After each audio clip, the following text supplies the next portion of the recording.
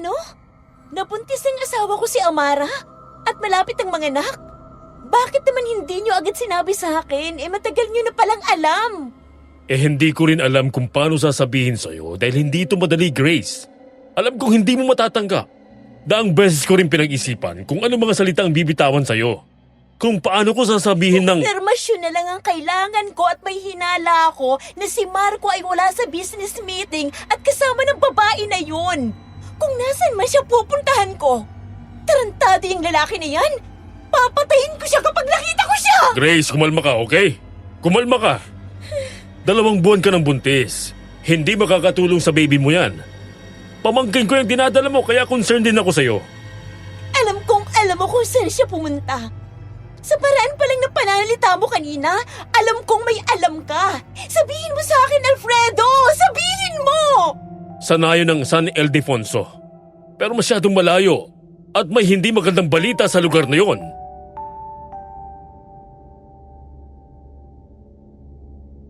Dumating ka na rin ba sa ganitong punto ng buhay? Yung akala mo nasa isang maayos na lugar lang ang asawa mo. Abala sa kanyang gawain. Pero bigla mong nalaman sa kakilala mo na nagsinungaling siya sa'yo. Kaya pala siya umalesay para makasama ang kalaguyo niya. Naisip mong puntahan para hulihin sila ng akto. Pero paano kung pagpunta mo sa lugar na yon?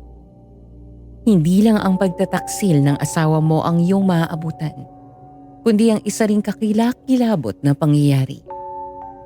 Yung tatatak sa isipan mo at hindi mo makakalimutan. Kung mahilig ka sa mga ganitong istorya, pakinggan mo ang kwentong ito at huwag kalimutang mag-like and subscribe. Salamat po.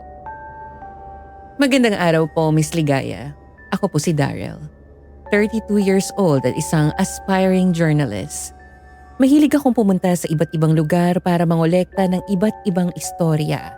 Iba't ibang kwento na ang aking napapakinggan at marami sa mga yon ay naisulat ko na. Pero isang kabukod-tanging kwento ang hindi ko alam kung saan ko isusulat dahil sa sobrang kakaiba at dito ko na lang po iyon ibabahagi sa inyong channel. Kwento ito ng isang dalagita na itago na lang natin sa pangalang Mina. Hindi niya ito sariling kwento. Nabasa lang daw niya sa diary ng nanay niya at nais niyang ipagtapat sa channel na ito ang karanasan ng kanyang ina na 10 taon pa lang siya noon ay namayapa na. Pangalanan na lang natin siyang Grace. Pinili kong baguhin ang pangalan ng mga tao at lugar na sangkot para makaiwas sa kontrobersya. Sisimulan ko ang kwento sa mga panahon na nagsimulang magtaksil ang asawa ni Grace. Nag-impake siya ng gamit para puntahan ito at ang babae niya. Isipin niyo na lamang po na si Grace ang nagsasalaysay para hindi kayo malito. Anak, mag-iingat ka sa biyahe at sensitibo yung dinadala mo. Okay lang, Ma. Hindi naman ako commute. Magdadrive ako. Magdadrive ka? Ikaw lang mag-isa. Anak, magpasama ka kaya kay Alfredo. Close mo naman yon at saka kapatid niya naman yung pupuntahan mo. Ayoko, Ma. Alam mo namang masyadong malisyoso ang mga tao. Anong iisipin nila? Pagkatapos akong lokohin ng kapatid niya, siya naman ang kekeringkingin ko. Kesa naman sa magdadrive kang mag-isa. Mas mabuti na yung may kasama ka sa biyahe at baka kung ano mangyari sa'yo. Mga kuya mo kasi hindi pwedeng asahan dahil busy sa trabaho nila. Okay lang ako, Ma. Kaya ko ang sarili ko, okay? Pinalaki niyo akong matatag at independent. Kaya kahit anong nangyayari, kinakaya ko. Pinalaki nga kitang matapang at matatag. Bulok mo namang pumili ng lalaki. Ang dami mong manliligaw nung college ka. Bakit ka napunta sa lalaking lolokohin ka rin pala? Hindi ko nga rin po alam eh. Maayos naman pagsasama namin ni Marco nung una. Hindi ko rin maisip kung paano kami napunta sa ganung sitwasyon. Magpakatatag ka lang, anak, at nandito kami para sa'yo. Kakarmahin din yung lalaki na yan. Kaya nga pupuntahan ko siya at huhulihin mismo ng mga mata ko. Ipahihiya kong lalaking yun. Mag-iingat ka, anak, ha? Palagi kang mag-text o kaya tumawag para updated ako sa mga ginagawa mo. Opo, ma. O siya, sige na anak, at baka tanghaliin ka.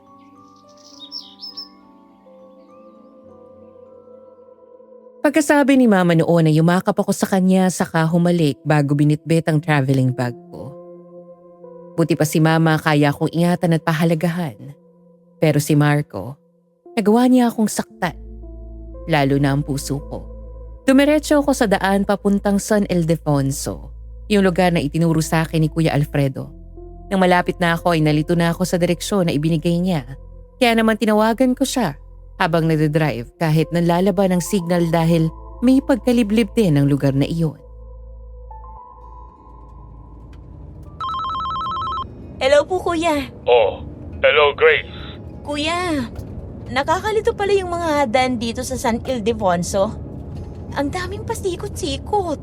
Nakalampas ka na ba sa arko ng San Ildefonso? Malapit na, kuya. Eto na. Nakalampas na ako. Mukhang piyestahan dito kasi ang daming mga naka-adorno pero saan ba yung Sitio 5? Ay, tuluyan ang nawala ang signal.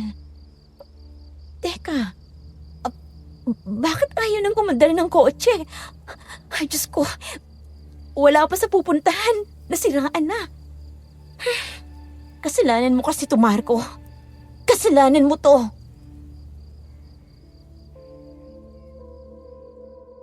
Bumaba muna ako ng kotse para ayusin ang sira nito. Hindi ko mahanap ang mga tools na ginagamit sa pag-aayos. Sa aking pagkatuliro ay hindi ko na namalayan na kulang-kulang pala ang mga bagay-bagay. Hindi ko naisip ang posibilidad na masisiraan ako ng sasakyan dahil sa sobrang stress. Habang abala sa paghahanap, namalayan ko na lang ang presensya ng isang tao sa aking likuran.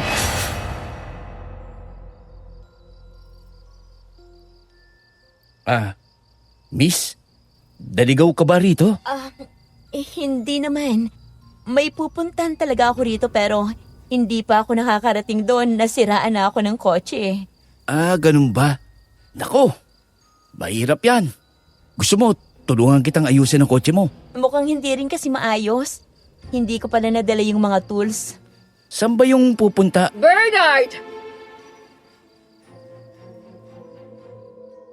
Sabay kaming napalingon na lalaking yun pagkarinig sa tawag ng isang ginang. Umarap kami sa likuran at nakita ko ang isang babae na base ko ay nasa edad 50. Dali-dali itong lumapit sa kinaroroonan namin at piningot ang tenga ni Bernard. Manaman! Kailangan ng tatay mo ng katulong sa pagluluto. Hindi pa kayo tapos. Inuna mo pa ang pakikiosyoso? Nasiraan daw po kasi siya eh. Huwag ka nang makialam dyan. Bumalik ka na doon sa lutuan at kailangan ka na ng tatay mo. Hindi yun nakakapagluto ng wala ka. Dumadami ang bisita, kaya kailangan magdagdag ng putahe. Ay, sige na nga. Miss, pasensya ka na ha. May gagawin pa pala ako. Okay lang. Walang problema. Umalis si Bernard na napakamot-kamot ang ulo at naiwan naman kami ng ginang. Nakangiti ito sa akin at parang inoobserbahan ako mula ulo hanggang paa. Wala naman akong naramdamang kakaiba pero parang tuwang-tuwa siya na nakita ako.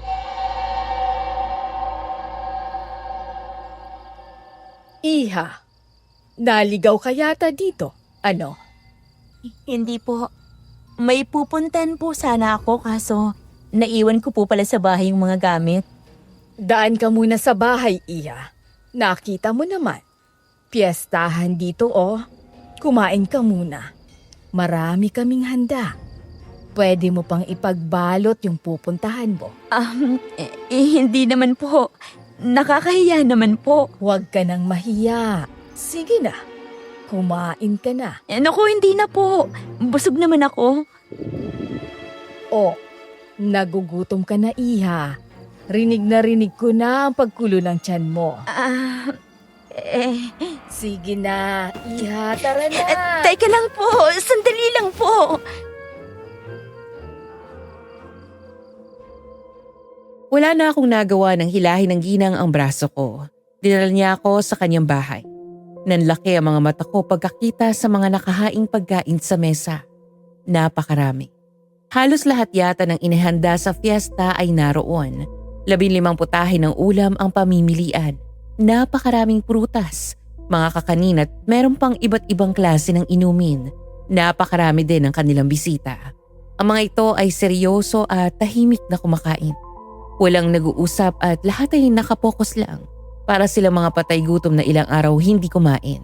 Hindi ko maintindihan pero ang weird. Hindi ko ma-explain kung gaano sila kaseryoso at focus sa ginagawa nila. Na para bang pinag-aaralan nila ang bawat piraso ng pagkain.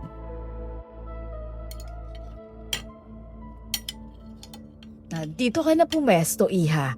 Mabuti at wala pa ritong nakaupo. Sige po. Maupo ka na lang dyan at ako na ang bahala. Ikukuha na kita ng pagkain. Tita, mga 5 putahe lang po sana kasi diet po ako. Ay talaga? Dako, makakalimutan mong diet ka. Sa sarap magluto ng asawa at anak ko. Kukuha na lang po ako kapag nabitin. Ay talaga? Hindi mo na dapat palampasin ang pagkakataong ito. Kasi yung mga luto dito, hindi mo na matitikman sa ibang handaan.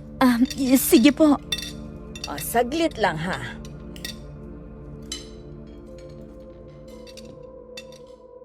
Pagkaalis ng babae ay bumalik ako sa pagmamasid sa paligid. Ilang sandali lang ay naramdaman ko ang presensya ng isang tao sa aking likuran. Nakatayo pala rito yung lalaki na gustong tumulong sa akin kanina. Yung Bernard ang pangalan. Ngumiti ito sa akin pagkaharap ko at nginitian ko naman pabalik. Sabi ko na nga ba eh. Aayain ka rito ng nanay ko eh. Hindi na ako nakatanggi kasi nakakahiya naman. Tsaka, gutom na rin talaga ako eh. Hindi pa ako kumakain mula kanina. Pasensya na pero hindi ka Bernard, Ma, nakatanga ka na naman diyang bata ka. nagpahinga lang naman ako saglit. Nakakapagod din naman magluto. Bumalik ka na doon at kailangan ka ng tatay mo. Alam mo ang mangyayari kapag di mo siya sinunod. Malilintikan ka na namang bata ka. Naman, baka pwedeng mamaya-maya na. Bumalik ka na doon. Dali! Dali! Ito na nga oh. Ito na, pabalik na. Iha. Eto na pala yung mga pagkain mo. Bumalik ka na lang doon kapag bitin ka, ha? Sinunod ko lang yung sinabi mo na 5 putahe. Sige po. Salamat po. Sige na, kain ka na lang dyan at may aasikasuhin pa akong ibang bisita. Pagkaalis ng ginang ay inumpisahan ko ng kumain. Napakabango ng mga pagkain. Halatang maayos ang pagkakaluto kaya naman mas lalong kumulo ang tiyan ko sa gutom. Inuna kong tikman ang menudo at nanlaki mga mata ko sa sobrang sarap nito. Malambot at malinamnam ang mga karne. Tamang-tama lang ang alat at blend ng mga ingredients. Tinikman ko rin ang ibang putahe at ganun din. Hindi malansa ang dinuguan. Saktong-sakto lang at parang dito lang ako nakatikim ng sisig na may lutong hahanap-hanapin ng lasa. Hindi ko akalain na masisira ang diet ko kaya nakailang balik pa ako. Naabutan ako ng ginang sa ganoong tagpo kaya naman tuwang-tuwa ito pagkakita sa akin. Diba? Nagkatotoo yung sinabi ko. Masisira ang diet mo rito. Masasarap kasi talaga ang mga pagkain. Kaya nga po eh. Masasarap nga po. Sumama ka na rin sa amin. Magiinuman kami. Naku, hindi na po. Kailangan ko na po kasing pumunta dun sa pupuntahan ko. Huwag ka nang mahiya. Okay lang yan. Papakilala kita sa mga anak at pamangkin ko. Mababait yun sila. Dali, para naman magkaroon ka ng bagong kakilala rito. Sige na, sumama ka na. Ayaw mo kasi sumama eh. Tara na, sumama ka na. Baldo! Baldo! Eto dalagang dayo sa atin. Pinasasama ko na sa pag-iidom para makilala din natin. Hi, miss. Baldo nga pala. Grace po. Ganda ng pangalan na parang babaeng pinagpala. Hoy, Baldo. Tigil-tigilan mo yan. Ikaw ay may asawa na. Baka nakakalimutan mo. Noong nakaraan lamang ay binigyan mo ng sakit sa ulo ang asawa mo. Si Tia naman nakikipagkilala lang eh. Wala namang mali siya yun. Tumigil ka, Baldo. O siya, tagayan niyo na yung si ano ngang pangalan mo nga? Grace po. Ayun, Grace. Grace pala. O tagayan niyo na yung si Grace. Ako na pang magtatagay. Dahan-dahan lang po. Hindi po ako pwedeng uminom ng marami. Huwag kang mag-alala. Hindi gaanong nakakalising ang tuba. Para ka lang uminom ng masarap na tubig. Asawa ko ang gumagawa niyan. Magaling siya sa ganyan. O, tikman mo. Dali. Tikman mo. Ang sarap nga po. O, diba? Ang sarap. Ngayon lang ako nakatikim ng ganyang kasarap na alak. Pwede pong patagay ulit? Oo naman. Pwedeng-pwede. Yan. Salamat po, Kuya Baldo. O, diba? Sabi sa'yo magiging masaya ka rito. Inom ka lang tapos magkwentuhan tayo.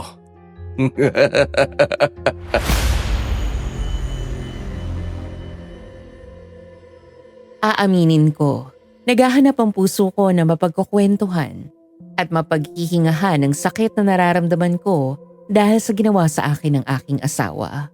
Nung una tinatanong lang nila ako tungkol sa mga personal na impormasyon, pero napunta ang topic namin sa nangyari sa amin ng asawa ko. Naparami na rin ang inom ko dahil humaba ng humaba ang aming usapan at tuluyan ko nang nailabas ang mga saloobin ko. Sila naman ay matamang nakikinig sa mga sinasabi ko hanggang sa napaiyak na lang ako dahil nailalabas ko na ang bigat sa aking dibdib.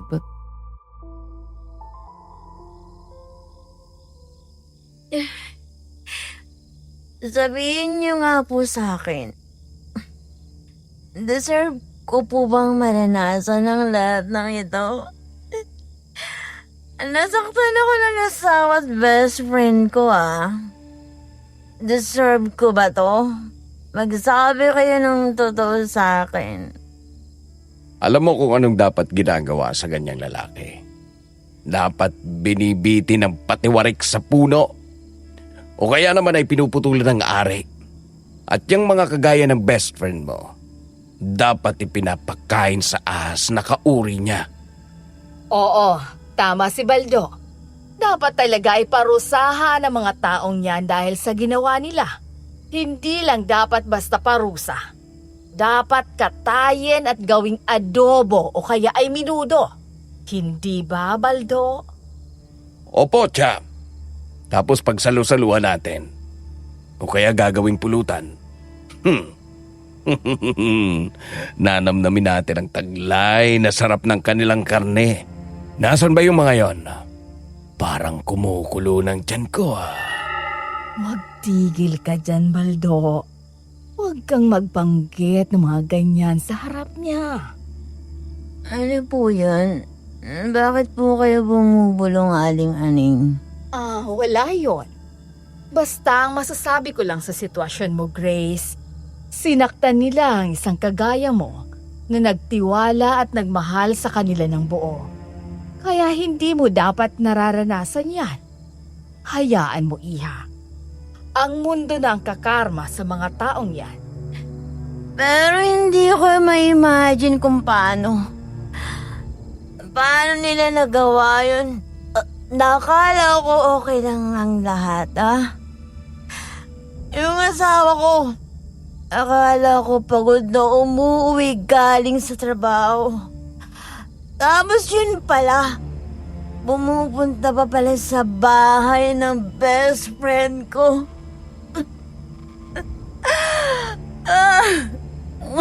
Sige, iiyak mo lang yan. Papatayin ko sila. Papatayin ko sila. Kapag nahanap ko sila, papatayin ko ang mga taong yon. Oh, teka, dahan-dahan. Bakit ka tumayo? Lasing ka na, Grace. Marami ka nang nainom eh. Hanapin ko na mga gagong yun. At hindi na ako makapaghintay na patayin sila. Aba, ay lasing ka na. Oo, matutulog ka. Ay, huwag niyo po akong hawakan. Okay lang ako. Oh, Grace! Ayan, natumba na nga. Baldo, si Grace, natumba na. Grace, kumapit ka. Grace. Tiya, nakatulog na. Grace? Grace! Grace!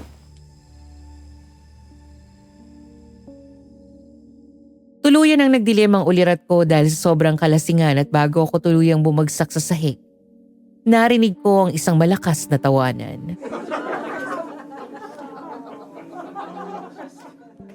Wala na akong idea kung ano ang sunod na nangyari basta nagising na lang ako sa isang hindi pamilyar na kwarto na may maliit na aparador at may lamesa sa tabi na kinalalagyan ng itim na lampshade.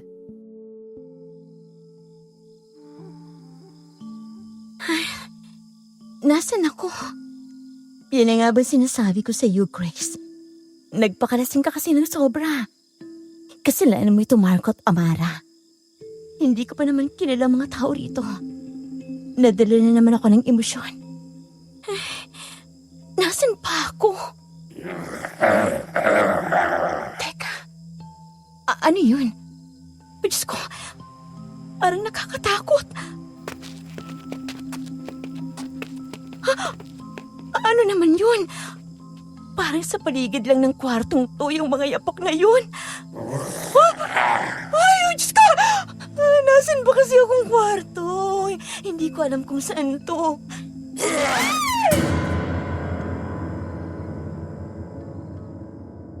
Dahil sa sobrang takot ay napasiksik na lang ako sa sulok ng kama at nagtalokbong ng kumot. Pero naramdaman ko ang mga papalapit na yapak malapit sa bintanang katabi ng higaan ko. Ilang sandali pa ay nakita ko ang mga tao na hindi lang dalawa, kundi 10 o higit pa na sumilip sa bintana. Lahat sila ay pare-parehas ng ekspresyon at pare-parehas din ng itsura. Nakasabog ang kanilang mga buhok, maitim ang talukap ng mga mata at nakangiti pero walang ekspresyon ang kanilang mga mata. Nagsitaasan ang balahibo ko nang bigla silang nagtawanan ng sabay-sabay at dire-diretso. Diyos ko, ano to? Anong nangyayari? Bakit nagkakaganon sila? Hindi ka na makakatakas! Diyos ko, ano ba to? Diyos ko po, huwag mo po akong pababayaan. Gusto ko lang naman hanapin si Marco at ahas kong best friend. Hindi ko inasahan na magkakaganito. Diyos ko! Nagulat ako sa sunod na tagpo. Hindi na sila basta tumatawa lang. Nakita ko na lang na unti-unting nagbabago ang kanilang anyo. Ang kanilang balat ay tinubuan ng mga sugat na nagnanaknak. Lumiit ang itim sa kanilang mga mata at naging kagaya ng sa pusa. Ang puti ay napalitan ng dilaw na kulay. Ang kanilang labi ay nabanat at umabot hanggang sa tenga at nagkaroon sila ng matatalim na kuko. Diyos ko! Diyos ko! Ito na nga ba sinasabi ko? Hindi yan sila mga tao. Mga aswang sila. Anong gagawin ko? Kinakabahan na talaga ako. Kailangan ko na umalis dito! Nagmamadali akong tumayo sa hinihigaan ko at napahangos na lumabas ng kwarto. Nangangatal na ang buong katawan ko at halos hindi ko na maiangat ang tuhod ko dahil sa sobrang pangatog. Nanlalamig na rin ang mga kamay ko at nanginginig. Pero tinatagan ko at pinilit kong tumakbo palabas para makaalis na rin sa lugar na iyon. Hindi pala ako dapat nagtiwala sa mga taong naroon. Nagkamali ako. Nahanap ko ang daan palabas sa bahay na tinutuluyan ko pero nung nasa labas na ako, may humilas sa braso ko. Yun ay walang iba, kundi si Baldo. Halika, ihahatid na kita. Kuya, anong nangyayari? Anong nangyayari sa mga taong yun? Bakit parang nakakatakot ang itsura nila? Wala, wag mo silang pansinin. Dito tayo pumunta. Teka, kuya, saan mo ako dadalhin? Aray ko, bakit may nihigpitan ng kapit sa akin? Ano pa ba? Dito tayo dadaan. Hindi nila tayo makikita rito. Kuya, anong hindi makikita? Parang dito sila marami. Parang naririnig ko sila dito, tsaka walang daan dito. Basurahan to eh. Pwede bang wag ka na lang magreklamo? Sumama ka na lang sa akin. Hindi na maganda ang pakiramdam ko. Patuloy akong dinadala ni Kuya Baldo sa dilim. Nagtiwala ako sa hindi ko magandang kutob kaya naman nagmamadali akong tumakbo pero bago yun, kinagat ko muna ng mariin ang braso ni Kuya Baldo. Saka tumakbo pero bigla niya akong hinila sa braso.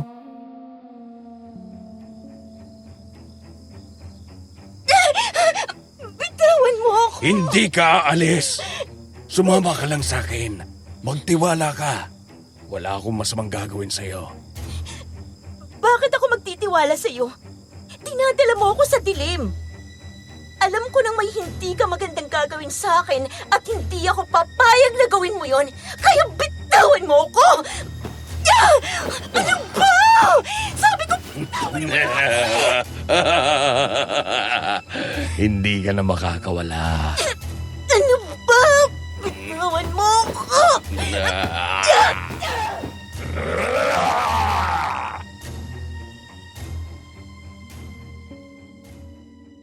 Ganoon na lang ang lakas ng kabog ng puso ko nang makita kong nagbago ang anyo ni Kuya Baldo. Ang itsura niya ay isang katulad din ng mga taong nakasilip sa bintana. Napaatras ako at kahit na namimigat ang mga binti ko dahil sa matinding panginginig, inihakbang ko ito para tumakbo ng mabilis pero nahila ko ng aswang.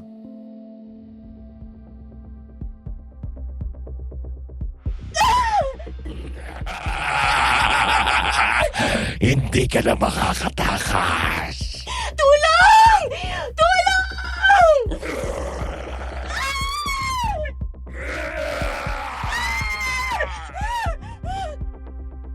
Agad kong hinampas ang aswang ng hawak kong kahoy pero mabilis siya. Bago ko pa siya natamaan, naagaw niya na ito kaagad sabay binalik. Ngumiti ng nakakatakot ang nilalang at inilabas ang kanyang mahabang pangil. Akmang tatakbo na ako palayo nang hawakan ng aswang ang aking braso. Mahigpit na mahigpit ito at kahit anong puwersa ko ay hindi ako makabitaw. Bitawan mo ako! Bitawan mo ako! Hindi kita pakakawalan dahil ikaw ang espesyal kong putahe ngayong araw.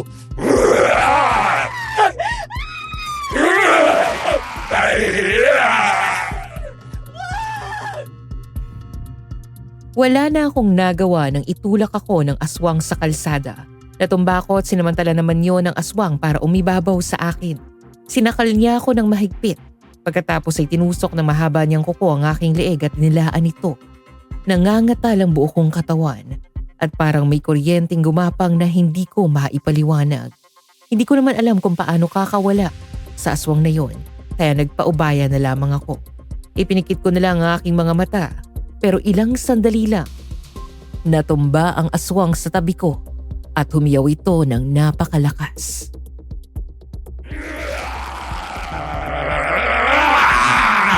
Aray! Teka, sinong humampas sa aswang? Miss, sumama ka na sa akin. Teka, ikaw yung lalaki na... Oo, ako nga yung lalaki na nakita mo kanina. Sumama ka na sa akin. Itatakas kita sa lugar na ito. Sige. Kumapit ka. Tatakbo tayo. Agad akong kumapit sa kamay ni Bernard at hinawakan niya naman ito ng mahigpit. Pero bago pa man kami makalayo, biglang hinila ng aswang ang aking binti.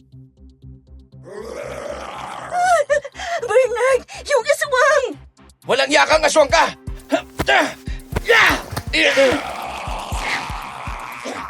Tara na! Grace! Hindi na yan susunod! Sige, tara na! Nagpatuloy na kami sa pagtakas at sa wakas, nakaalis na rin kami sa lugar na iyon. Dinala ako ng lalaki sa isang bahay kubo. Maraming mga nakasabit na medalyon at mga kung ano-anong bagay na tila pangontra sa mga aswang. Nag-usisa muna siya sa labas, saka sinaraduhan ang bintana at pinto.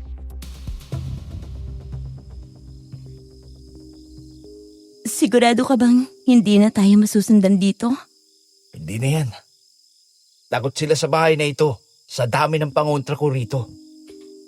Ay, salamat. Mabuti na lang. Grabe. Ano bang mga klaseng nilalang yun? Nakakatakot. Huwag ka na mag-alala. Ligtas ka na rito. May isang papag dito. Diyan ka na lang mahiga. Babantayan na lang muna kita. Dito ako sa upuan. Salamat nga pala ha. Kung hindi dahil sa'yo, hindi ko na alam kung anong mangyayari sa akin. Bakit ba kasi pumunta ka rito? Anong gagawin mo sa lugar na ito? Hinahanap ko kasi yung asawa at best friend ko. Inaas nila ako at gusto ko silang mahuli ng akto sa ginawa nila. Gusto kong ipamukha sa kanila kung anong ginawa nila sa akin. Sigurado ka bang dito talaga sila pumunta? O konti lang nakatuklas ng lugar na ito? Saka, paano mo naman nalaman na nandito sila? Sa kapatid ng asawa ko. Nabasa niya ang isang text message ng best friend ko sa asawa ko na pumunta sila sa San Ildefonso para magtago. Sinabi nga niya ang mismong lokasyon. Sa Sitio 5 daw ako pumunta. Sitio 5. Hindi pa yun nararating ng aswang. Pero narinig ko na mga isang araw ay makakarating na rin sila doon. Dahil pinaghahandaan nila kung paano makakaiwas sa pangontra ng mga tao doon. Hindi ko lang alam kung kailan pero ang masasabi ko lang, yun ang pinakaligtas na lugar dito. Alam mo naman siguro yun. Ihatid mo ako doon. Pwede ba? Kung alam mo lang ang pakiramdam ng pinagtaksilan at inahas ng sariling best friend, maiintindihan mo kung bakit kailangan ko itong gawin. Kailangan ko silang harapin at ipamukha sa kanila kung anong ginawa nila dahil matagal na nila akong niloloko. Ligtas pa naman doon kaya sige. Pero huwag ka nang magtagal sa lugar na ito. Salamat. Magpahinga ka na muna dyan. Ako nang bahala sa'yo.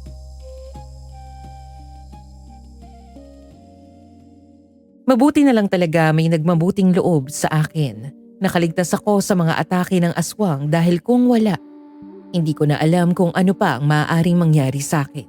Mas lalong magiging masaya ang dalawang ahas sa pagsasama nila dahil wala na akong kontrabida sa buhay nila. Kinabukasan, maaga kami naghanda sa pag-alis pero biglang dumating yung ginang na nagpakain sa akin sa piyesta. Bernard! Nandyan ka! Anak! Taglit lang, ma! Miss, huwag kang magpakita sa kanya. Tumago ka muna dyan. Siya yung may-ari ng bahay na pinamiyastahan ko, di ba? Oo, siya yun. At nakita mo naman kung anong mayroon, di ba? Kaya huwag kang magpapakita dahil sigurado akong hinahanap ka niya. Bernard! Ano na? Bakit ang tagal mo? Buksan mo na ito! Kailangan ko ng pagbuksan si mama. Diyan ka lang sa ilalim ng papag para hindi ka makita. Sige.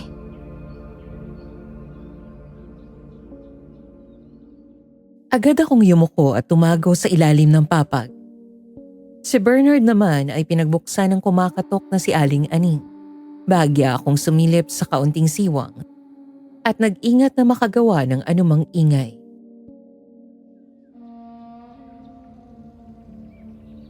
Ano yan, ma? May kasama ka ba dyan? Ay, wala po. Bakit mo naman naisip yan, ma? Wala na ba? Alam mo na, may hinahanap akong tao eh. Eh, sino naman po? Yung babaeng dayo na nakipiesta sa atin kahapon. Simula kasi kaninang umaga, hindi ko na nakita. Iniisip ko na baka na ba nagpaalam sa'yo, anak? Bakit mo naman naisip na magpapaalam sa akin, ma? Alam ko kasi nakikipagkasundo ka sa babaeng yon. Mukhang tipo mo siya. Baka nga mamaya nililigawan mo yun eh. O hindi po, no? Nawawala po pala siya? Oo, anak. Ano palang ginagawa mo rito? At ayaw mo umuwi sa atin? Pinapractice ko lang po yung gitara ko. Alam mo naman po na ayaw ni tatay ng maingay eh. Umuwi ka na ngayon. Kailangan ka ng tatay mo. At may importante kayong gagawin. Pero ma, Alam mo naman kung anong mangyayari sa'yo kapag sumuway ka sa utos niya. Alam mo kung paano ka malilintikan. sige ma. Susunod po ako. Saglit lang po. May aayusin lang. Mabilis lang naman pero mauna na po kayo. Siguraduhin mo lang. Naiinip na ang tatay mo. Masamang mainip yun.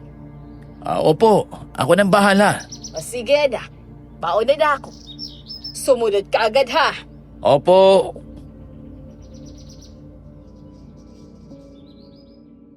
Pagkaalis ng ginang ay sinenyasan naman ako ni Bernard na lumabas na sa aking pinagtataguan.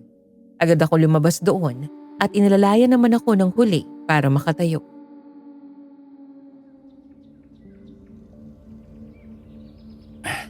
Umalis na si mama.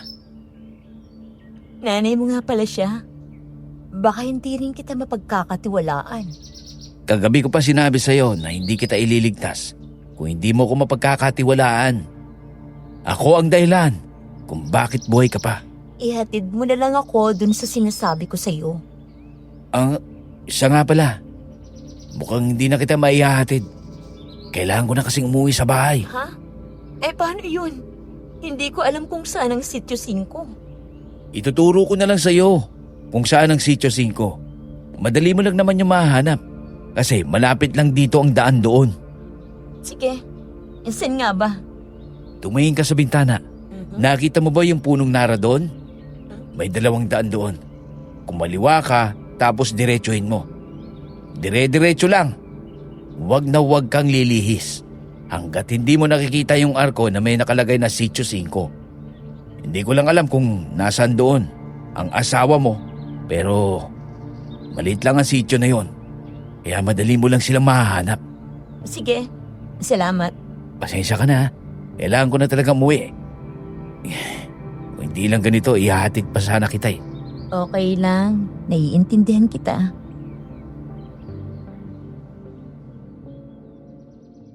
Sinunod ko ang itinuro ni Bernard at nakarating ako sa Sitio 5. Hinanap ko naman ang bahay na kinaroroonan ng asawa ko at natandaan ko ang sinabi ni Kuya Alfredo na nakikituloy ang aking asawa at best friend sa bahay ng isang matandag ng gangalang Dolores. At sa wakas, nahanap ko na ang mga ito.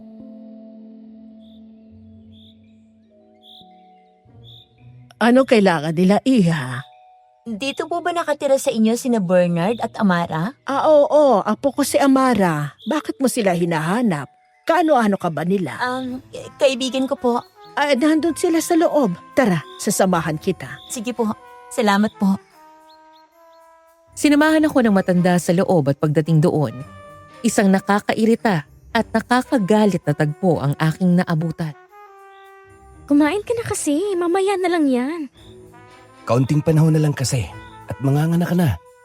Magagamit na ito ni baby. Kaya kailangan ko na matapos ang kanyang crib bago pa dumating ang araw na yon. Pwede namang hindi yan agad magamit ni baby. Pwede namang sa tabi muna natin siya. Ayoko nga eh. Paano ko malalambing ang isa ko pang baby? Sino yung isa? Isa lang naman ang nasa tiyan ko ah. Sino pa ba? Di ikaw. Ikaw talaga, puro ka talaga. Kumain na nga tayo. Kiss muna. Ito na oh. Sinamantala ko ang pagkakataong yon para sumugod sa dalawa. Inuna ko ang best friend ko na nakasama ko sa mahigit na 10 taon. Sinabunutan ko siya ng mariin hanggang sa masira ang kanyang ani. Nagtataka naman siyang tumingin sa akin habang humihiyaw sa sakit. Aray! Ano ka ba? Grace? Paano mo? Ano? Nagulat ka ngayon na nahuli kita? Ganyan ang mga hitag na kagaya mo. Mga agaw ng asawa ng iba. Tapos kapag nahuli, gulat na gulat. Ganyan ang mga modus ninyo, no? Ang anit ko! Bitawan mo nga ako! Tama na yan, Grace! Sasaktan na si Amara! Yan! Ayaw niya nang nasasaktan yung babae niya, tapos ako, hindi man lang iniisip kung masasaktan ba ako sa ginawa niya. Sana kung concern ka din sa kabit mo, mas nauna ka pang maging concern sa akin kaysa sa babaeng ahas na yan! Naiintindihan ko. Pero hindi sa ganyang paraan. Pag-usapan natin ito ng maayos kaysa mag-iskandalo. At kailangan pa talaga ng pag-usapan ng maayos? Anong pag-uusapan ng maayos sa ganitong akto, ha? At kailangan ba talaga na maayos ang pag-uusap sa isang gawain na ginawa ninyo ng walang kaingat-ingat? At ikaw na babae ka, ha? Dapat lang talaga na sabunutan ang buhok mo hanggang sa makalboy ang ulo mo na wala nang alam! Tama na! Aray!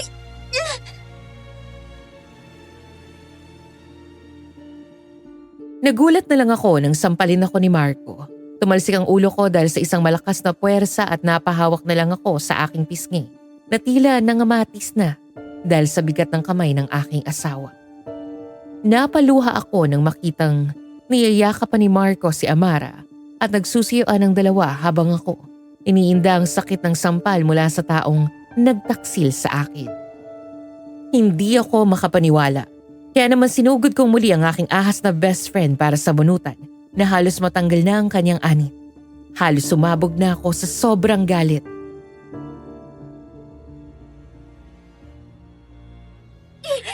Yok, Tama na! Tama na, Iha! Kung mag-iiskandalo kayo, wag dito sa bahay ko! Magsilayas kayo! Nay! Naiintindihan mo bang nararamdaman ko? Niloko ako ng dalawang yan. Ang asawa ko at ang best friend ko. Kung tutuusin nga kulang pa ito eh. Kulang pang pananakit na ginagawa ko sa bigat ng ginawa nila sa akin. Ngayon, alam mo na ang pakiramdam! Pakiramdam saan? Ikaw lang naman ang naging ahas sa ating dalawa. Saan mo naman nakuha ang lakas ng loob na magtanong ng ganyan, ha? Ako ang nauna! Ako ang nauna, Grace! Ako! Ako ang unang minahal ni Marco! Umalis lang ako ng ilang taon para mag-aral sa abroad. Pagbalik ko, kayo na! Wala man lang akong kaalam-alam. Wala man lang nagsabi sa akin. Pero ngayon, nagbalik na sa akin si Marco at wala na makakahadlang sa pagmamahalan namin. Kasalanan mo kung bakit nangyari yun. Iniwan mo si Marco nang walang paalam. Halos gabi-gabi, umiinom siya ng dahil sa sakit na ginawa mo. Araw-araw niya akong kinukulit na baka may update sa'yo pero wala. Walang text, tawag o kahit sulat. Ako ang nandyan para sa kanya. Wala akong balak na agawin siya sa'yo pero isang araw, napagod na si Marco kakahintay sa'yo. At ako naman, hindi ko inaasahan na mahuhulog ako sa kanya. Mukhang wala ka namang pakialam kaya pumayag ako na magkaroon kami ng relasyon at magpakasal. Hindi mo man lang inisip na babalik ako. At hindi mo man lang inisip na yung lalaking ginusto mo ay boyfriend ng best friend mo. Grace, hindi pa kami hiwalay ni Marco. At pinagbawalan ako ng parents ko noon na gumamit ng cellphone, telepono o kahit ano para makapag-focus ako sa pag-aaral dahil mahal ang tuition sa ibang bansa. Pinilit lang akong paaralin ng magulang ko ron. Napag-usapan na namin ito, Grace. Nagkataon lang nakasal na tayo nang bumalik si Amara. At nung nalaman ko ang side niya, doon ako nakapag-isip-isip at narealize ko na siya pa rin ang mahal ko. Sinubukan ko itong pigilan dahil ayaw ko ring masaktan ka. Pero hindi talaga kaya eh. Kahit anong gawin, si Amara pa rin ang laman ng puso ko. Minahalan kita dahil ikaw ang nandyan. Bakit hindi ninyo sinabi sa akin? Bakit kailangan niyo itong gawin ng palihim? Tapos malalaman ko lang kung kailan buntis niya si Amara at Kuya Alfredo ko pa nalaman ang lahat. I'm sorry, Grace. I'm sorry. Hindi ko rin alam ang gagawin ko. At ayaw kong saktan ka. Kaya inilihim ko na lang ang lahat. Mahirap din para sa akin to. Kung alam mo lang. Ngayon, manganganak na siya. At kailangan kong... Marco, umuwi ka pa rin sa akin kahit inuuwian mo siya. Sumisiping ka pa rin sa akin. Parang normal lang ang lahat sa ating dalawa. At alam mo ba? Nabuntis ako! 2 buwan na itong dinadala ko, Marco. At saka pa ako nabuntis kung kailan. Palagi ka nang wala sa bahay. Grace, I'm sorry. Ano bang magagawa ng sorry mo? Dadamay sa spindan! Patasanggol sa tiyan ko. Marco, dinamay mo. Pero okay lang. Bubuhayin ko to ng mag-isa at sisiguraduhin ko na hindi ka kikilalaning tatay ng anak ko! Grace! Grace, sandali! Marco, ano na naman ba? Pag-usapan natin ito ng maayos. Pag-isipan natin kung anong magandang gawin. Anak ko rin yung bata. May karapatan ako dyan.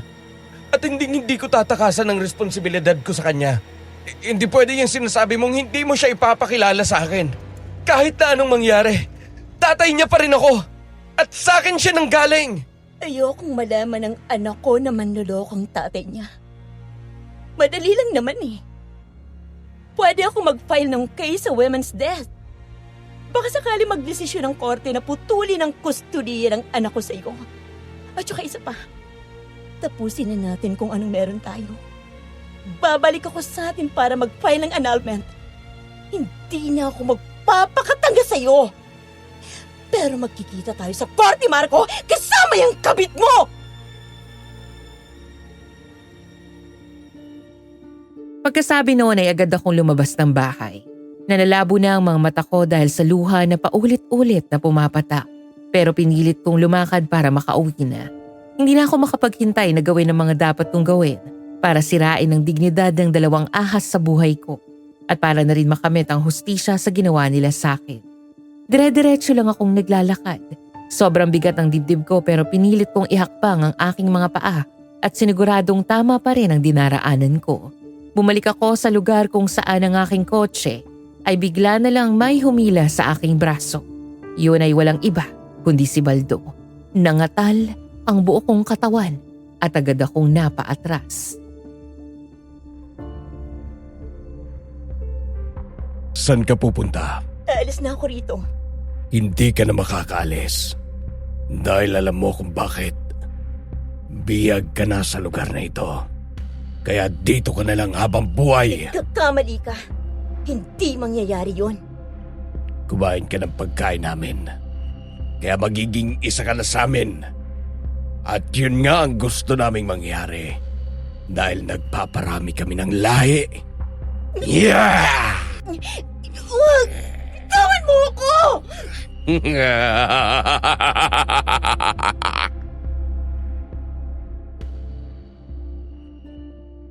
Mukhang hindi na naman ako pakakawala ng lalaking ito kaya naman nag-ipon ako ng malakas na puwersa at sinipa ako ang kanyang pagkalalaki. Nasaktan ito at humiyaw sa sakit. Sinamantala ko ang pagkakataong iyon para tumakas at tumakbo ko ng mabilis. Natandaan ko pa rin naman kung saan ako dumaan pero ang nakapagtataka, wala nang daan. Nakasara na ang tarangkahan at mukhang mahigpit ang pagkakasara nito. Sinubukan ko itong akyatin pero hindi kaya ng katawan ko. Sumasakit na ng napakatindi ang aking tiyan at mukhang hindi maganda ang mangyayari kapag tinuloy ko pa ito. Nakita ko rin ang isang lalaking nagbabantay kaya naman hindi ko na tinuloy ang aking gagawin. Umalis na lang ako at naghanap ng ibang madaraanan. Pagdating naman sa daan na yun, nakarating na ako sa bangin. Mas lalong wala na akong mapupuntahan. Masakit na rin ang tiyan ko at nakita ko na lang na may tumutulong dugo sa aking binti. Napaupo na lang ako at napaiyak dahil sa mga nangyayari.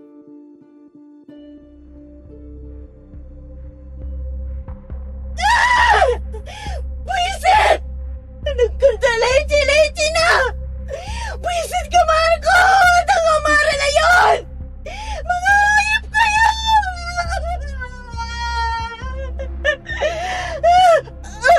Aray! Ang baby ko! Grace! nangyari sa'yo? Ang baby ko, nakunan yata ako. Ha? Ano? Tulungan mo ako, Bernard! Pagkasabi ko noon ay nawala na ako ng ulirat at hindi ko na alam kung ano pa ang mga sumunod na nangyari. Ilang sandali lang ay nagising na ako sa papag na higaan ko sa bahay kubo ni Bernard. Agad kong naalala ang anak ko sa aking sinapupunan. Kinapaka pa ako ang aking tiyan at napaiyak na lang ako nang ma-realize ko kung gaano karaming dugo ang lumabas sa akin kanina at alam kong kasama na rin doon ang aking anak.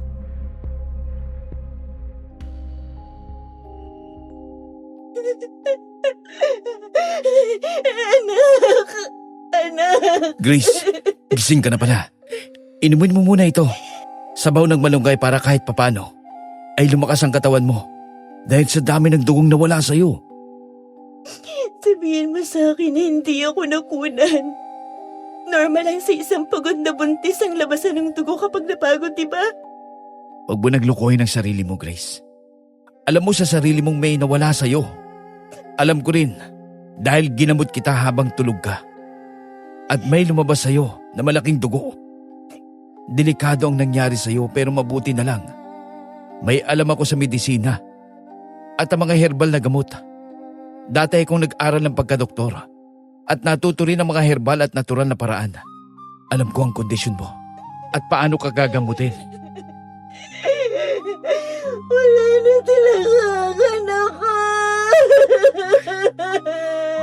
Pasensya na, Grace. Wala na talaga.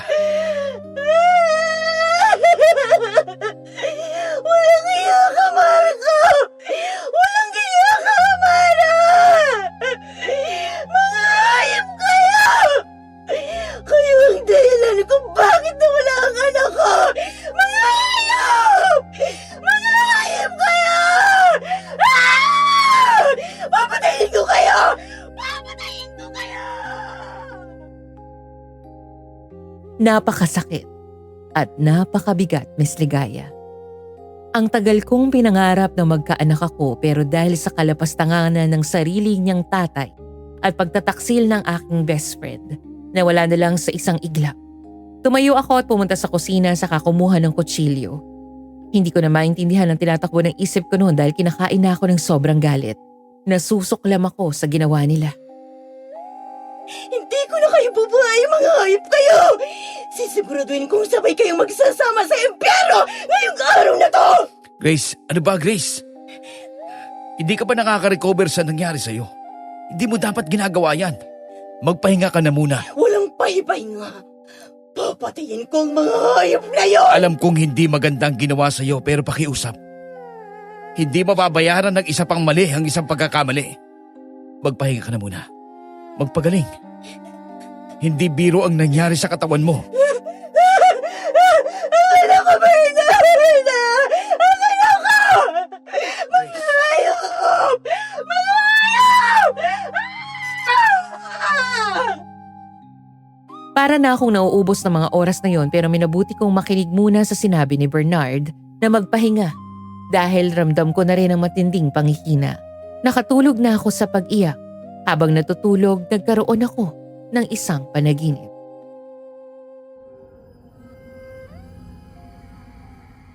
Ano? Nakunan ka at wala nang anak natin sa tiyan mo? Oo! Wala na siya at kayo may kagagawa nun kung bakit namatay siya. Ano? Kami pa talagang may kagagawan? Ikaw ang sumugod sa amin dito, di ba? Naagasan ka nang dahil sa kapabayaan mo at wala kaming kinalaman dyan! Tsaka tama lang yun. Para wala na akong obligasyon sa'yo, Grace. Tapos na tayo. At magsasama na kami ni Amara. Narinig mo ba yon? Tapos na kayo at magsasama na kami! Simula ngayon ay habang buhay ka na magiging miserable dahil wala nang magmamahal sa'yo. Mga walang hiya kayo! Mga hayop!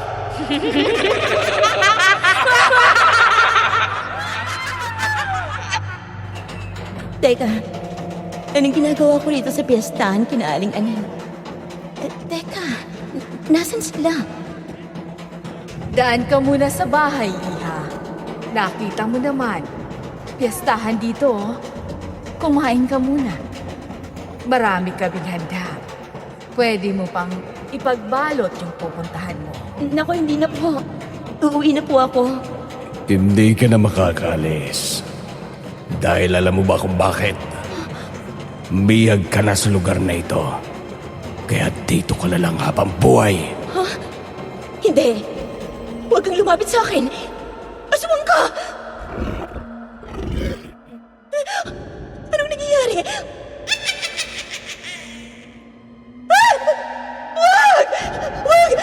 Huwag kayong lalapit! Alis na ako! Alis na ako sa lugar na to! Hindi ka na makakataka sa lugar na ito. Dahil magiging kagaya ka na rin namin. Dito ka na mamamatay!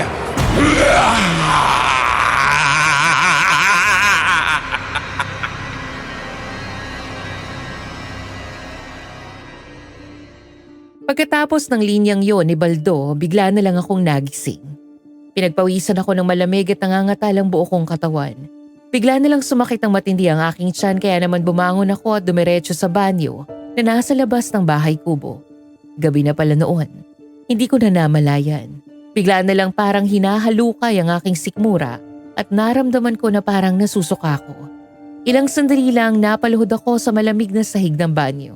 Sumabay ang paghilab ng aking tiyan sa pag-ikot ng aking paningin at bago ko pa mapigilan ng sarili, nagsuka ako na mapait, maitim at may amoy na parang nabubulok na karne. Nangangatog ang mga kamay ko habang nakasandal sa pader. Itim na likido na ang nakikita ko. Naririnig ko ang mga yapak na paparating sa kinaroroonan ko. Kaya naman agad kong binuhusan ng banyo. Nangihina ako pero pinilit kong makatayo at lumabas sa loob ng banyo. Paglabas ko ay bumungad sa akin si Bernard na may pagtataka sa kanyang muka.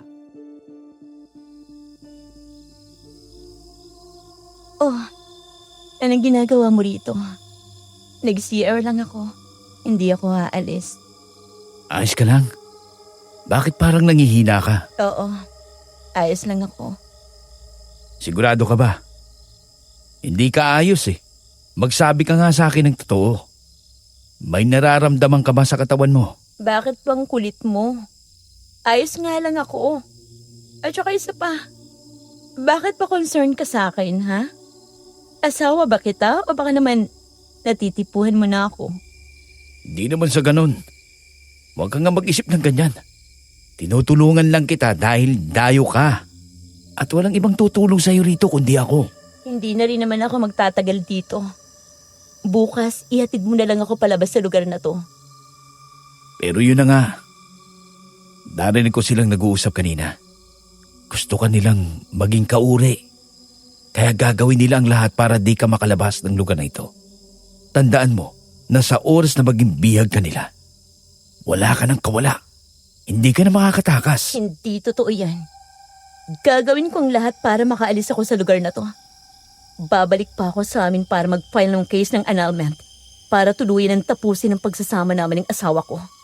Babalik na ako sa loob ng kubo para magpahinga. Salamat na lang sa concern mo.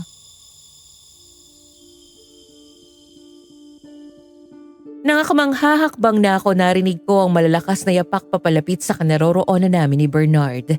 Kaya naman napaatras ako. Sunod ko namang narinig ang malalalim at malalakas na angil na papalakas ng papalakas. Lumakas ang tibok ng puso ko kaya naman humakbang ako para pumasok na sa kubo pero hindi man ako tuluyang nakakaalis sa kinaroroonan ko nang biglang hawakan ako ni Bernard sa braso. Narinig at naramdaman mo naman yun, di ba? Oo. Narinig ko yun. Nandiyan sila. Pumasok ka na sa loob. At kapag may kumatok, wag na wag mong pagbubuksan. Susubukan ko lang silang itaboy. At isa pa, wag ka nang lalabas nang hindi ko alam. Dahil nagmamanman sila rito, lalo na ang mga magulang ko. Mukhang nakita na nilang nandito ka at mahihirapan ka lalong makatakas sa kanila. Sige. May buntot pagi sa ilalim ng lamesa. Kunin mo yun. Oo, sige. Agad akong tumakbo sa bahay kubo ni Bernard. Pagkapasok ko sa loob, isinarado ko ng mabuti ang pinto. Dumiretso ako sa higaan at nagtalokbong ng kumot. Ilang sandali lang narinig ko na ang malalakas na katok sa pinto. Sinunod ko ang sinabi ni Bernard kaya naman hindi ko ito pinagbuksan. Pero ilang sandali lang narinig ko ang malakas na lagabog at kaluskos sa bintana. Nangatalang buong katawan ko, lalo na nang marinig ko ang isang boses.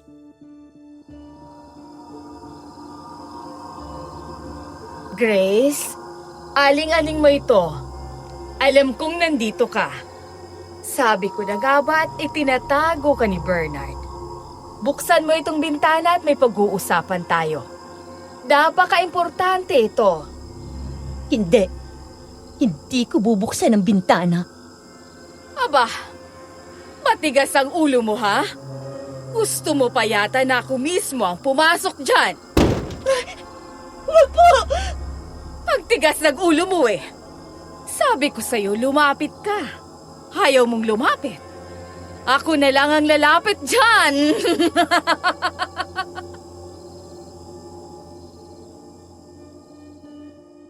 Agad akong tumayo mula sa pagkakahiga at inihanda ang aking sarili. Agad kong hinagilap ang buntot pagi na sinasabi ni Bernard at ang makuha ko na ito ay agad akong naghanda kahit nangangatal ang aking buong katawan. Ilang sandali lang at nakita kong nabutas ang bintana. Lumitaw doon ang kamay ng aswang na may mahabang kuko. Dahan-dahan akong lumapit habang hawak ang buntot pagi at ilang saglit lang. Lumitaw na ang buong katawan ng aswang sa bintana at mabilis na sumakmal sa akin. Kaya naman wala nang nagawa ang hawak kong pamalo. Dahil dinag-anan na ako ng nilalang. Nabitawan ko rin ang hawak kong buntot pagi.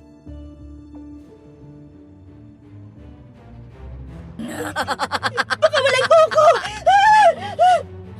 Hindi ka na makakawala. Dahil bihag ka na namin. Pilit akong kumakawala sa aswang pero hindi ako makaalis dahil sa lakas ng puwersa nito. Hanggang sa naabot ng kamay ko nabitawan kong buntot pagi. Naiampas ko yun sa aswang at napahiyaw siya sa sakit. Ako naman ay nakawala sa kanya at nang akmang tatakbo na ako palayo, bigla niya akong nahila sa binti. Bitawan mo ako! Hindi ka na makakawala. Bihag ka na namin. Kaya hindi ka na namin hahayaang makawala pa. Hindi! Hindi ako papayag! Wag!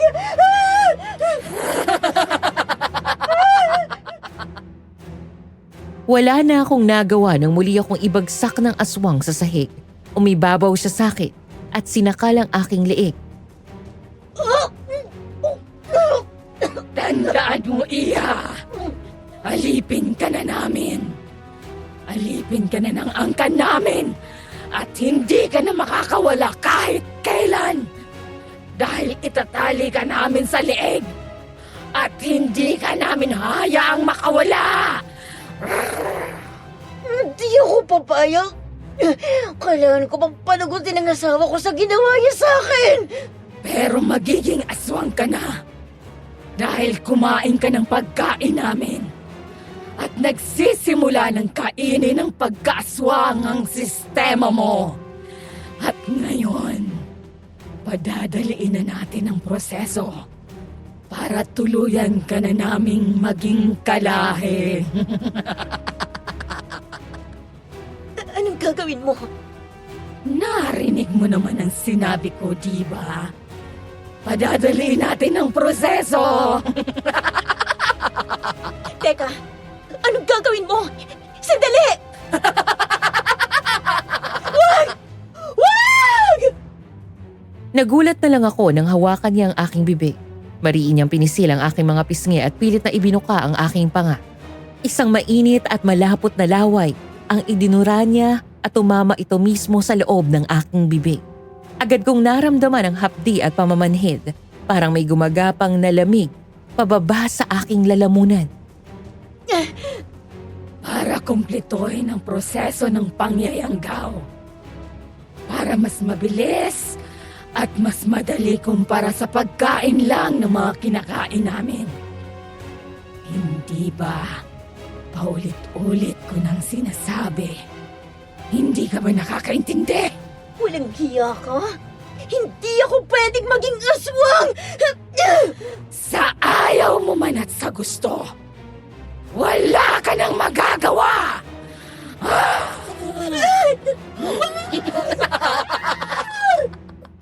Lumulubog na ang buwan.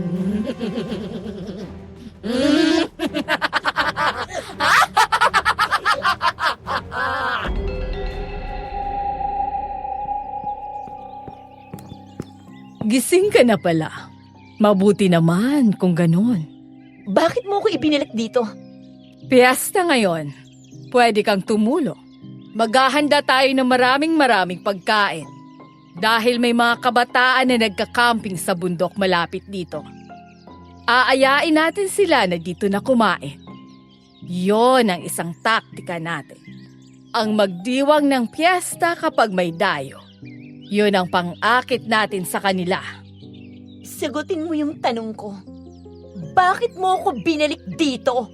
Dahil parte ka na ng pamilya at wala ka ng ibang mapupuntahan kundi dito.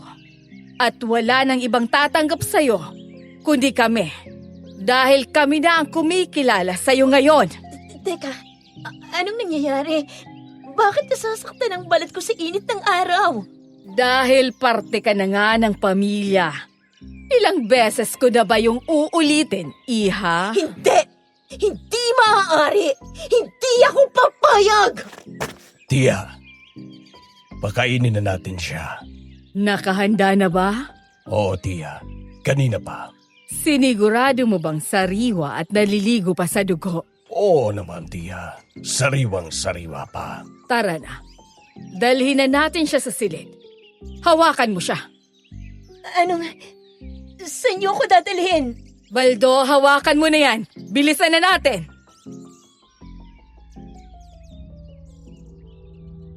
Pilit akong hinila papunta sa isang silid sa loob ng bahay. Nagpupumiglas ako pero napakalakas ng kapit ni Baldo. Parang wala akong timbang sa paghila niya sa akin. Binuksan ni Aling Aning ang pinto ng silid at sinalubong ako ng masangsang na amoy ng dugo at init ng hangin sa loob. Pagpasok namin doon ko nakitang nakahanda sa gitna ng silid, isang pinggang nakapatong sa mesa at sa ibabaw nito ay isang pusong sariwa na pumipintig-pintig pa. Nanlamig ang aking katawan habang unti-unting bumaliktad ang aking sikmura. Tinakasan na ako ng lakas ng paupuin ako ni Aling Aning sa upuan na nakaharap sa mesa kung saan nakapatong ang puso. Ang puso na yan ay puso pa ng isang dalagita na nabiktima ni Baldo kahapon. Pero ayaw ko siya maging kalahi namin. Kaya pinagpira-piraso na lang namin ang katawan niya. At yung puso na yan, inilaan talaga namin para sa'yo. Magugustuhan mo yan.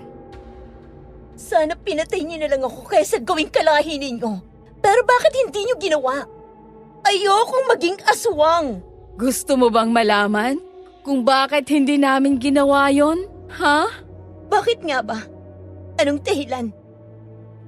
Dahil wasak ang puso mo at punong-puno ka ng galit. Yon ang gusto namin. Ang gusto namin, yung sinira ng mundo. Yung pinagkaitan ng kaligayahan dahil lahat kami rito ay ganun din. Alam mo kasi, kapag masyado kang galit, mas lalong magugutom ang sistema mo sa karne at dugo ng tao. Balakas ang loob mo na pumatay kagaya namin. Hindi! Hindi ako magiging kagaya ninyo at ayokong mangyari yon! Nasasabi mo lang yan dahil hindi mo pa nararamdaman ang pagkaaswang. Pero kapag naramdaman mo na, babawiin mo rin ang sinabi mo. Hindi mangyayari yan! Kainin mo ng sariwang puso. Matagal na yang naghihintay sa'yo. Hindi ko gagawin yon. At hindi ko magagawa yan! Baldo, hawakan mo siya at ipapakain na natin. Hindi! Hindi! Wag! Wag mo akong hawakan! Huwag mong bibitiwan yan, Baldo! Ako nang bahala, Tia. Isubo mo ito! Isubo mo! Ayoko! Isubo! Isubo mo lang. Magugustuhan mo rin yan. Sige na!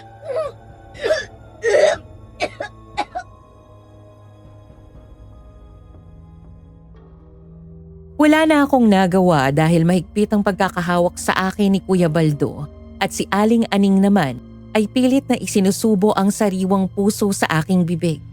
Hanggang sa nagpaubaya na lang ako at sa hindi malamang dahilan, biglang sumarap sa aking panlasa ang dugo at ang sariwang laman. Bigla akong nakaramdam ng matinding gutom na di ko maipaliwanag. Walang ano ay bigla akong sinunggaban ng natitirang pusong bahagyang pumipintig pa. At doon ko tuluyang napagtanto na may nagising na halimaw sa aking loob.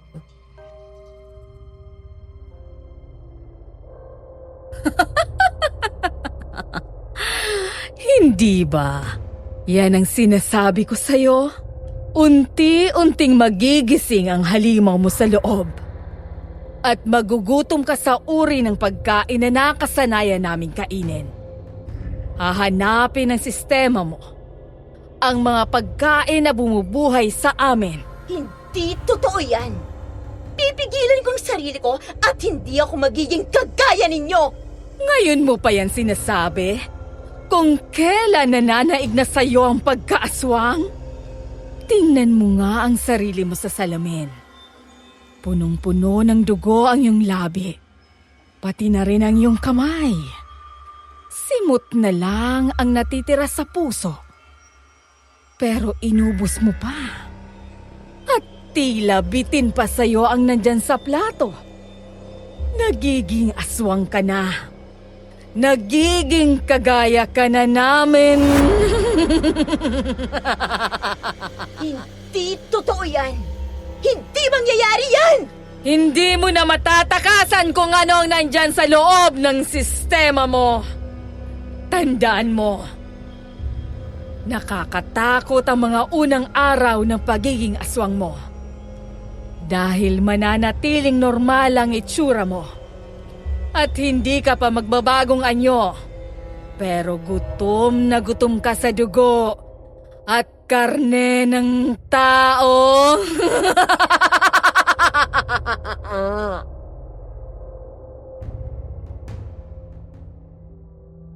Simula ng araw na yon, napansin ko ang mga pagbabago sa akin. Sobrang sensitibo ko sa init ng araw. Mas lumakas ang aking katawan. Hindi ako inaantok sa gabi. Hindi na normal ang pagkain na tinahanap ng sistema ko ang mga sariwang karne at dugo. Sina Aling Aning, hindi nila ako pinaalis sa loob ng kwarto. Hindi raw ako pwedeng umalis doon hanggat hindi pa nagbabago ang aking anyo. Pero isang araw, may narinig akong kaluskos. Papalapit ito sa kinaroroonan ko at nakita ko si Bernard na nagpupumilit pumasok. Inilulusot niya ang katawan niya sa bintana na pilit niyang binutas. Anong ginagawa mo rito? Baka mahuli ka nila. Pinagbabawalan nila ang kahit na sino na pumasok dito. Ilalabas kita rito. Talaga? Hindi ba tayo mahuhuli? Hindi. Akong bahala. Pakiramdam ko, nagiging kaori na nila ako. Makakapamuhay pa ba ako ng normal? May kakilala akong albularyo na gumagamot sa mga nayanggaw. Subukan natin magpagamot sa kanila. Pero hindi yun tumatalab sa lahat ng tao. Depende yun kung gaano katapang ang pagkakayanggaw sa'yo. Dalhin mo ako dun. Hindi naman siguro masamang magbabaka sakali. Ayokong maging aswang habang buhay. Gusto ko pang makuha ang hustisya sa ginawa ng asawa ko. Sisingilin ko sila. Sumama ka sa akin. Dadaling kita ron. Mapagkakatiwalaan ba kita na mailalabas mo ako rito? Magtiwala ka sa akin. Sa pagkakataong iyon ay nagtiwala ako kay Bernard. Inalalayan niya ako para makalabas kami sa bintana. Pagdating sa labas, parehas kaming nagpalingon-lingon dahil iniingatan namin na may makakita sa amin. Hanggang sa tuluyan na kaming nakaalis doon. Dumiretso kami sa albularyong sinasabi ni Bernard. Binigyan niya ako ng isang bote ng sambong na may luya. Ito raw ay epektibo sa yanggaw dahil niriritwalan pa ito. Saan gumana ang gamot na ito? Magaling na albularyo naman yun eh. At marami na siyang natulungan. Basta sundin lang natin yung sinabi niya na inumin mo bago lumubog ang buwan. Pero kapag nagutom ka, pagsapit ng hating gabi, ibig sabihin, hindi tumalab sa'yo. Paano kapag hindi tumalab? Wala na tayong magagawa. Ang mahalaga, natulungan kita. Ano bang mapapala mo sa pagtulong mo sa akin? Wala akong hinihinging kapalit. Yun na nga eh. Wala kang hinihinging kapalit pero tinutulungan mo pa rin ako. Gusto ko lang na mabawasan ang bilang ng mga nayayanggaw ng pamilya ko. Kaya ginagawa ko ito. At wala itong ibang kahulugan. Aswang ang nanay at tatay mo tsaka ibang kaanak. Pero sigurado ka bang hindi ka aswang? Hindi ko sila tunay na pamilya. At kahit kailan, hindi nila ako nayanggaw. Dahil may anting-anting sa loob ng katawan ko. Paano ka napunta rito? Naligaw ako sa lugar na ito. Kakagraduate ko pa lang noon sa pagkadoktor. Nakita ako ni Aling-Aling at asawa niya. Kamukha ko raw yung namatay nilang anak. Kaya inampun nila ako. Pero may kondisyon. Kailangan kong sundin ang lahat ng gusto nila. At kapag hindi, ginugulpi nila ako. At ako ang inuutosang pumatay ng tao na ayaw na ayaw kong gawin. Kaya pala kapag inuutusan ka ni Aling-Aling ay sumusunod ka kaagad.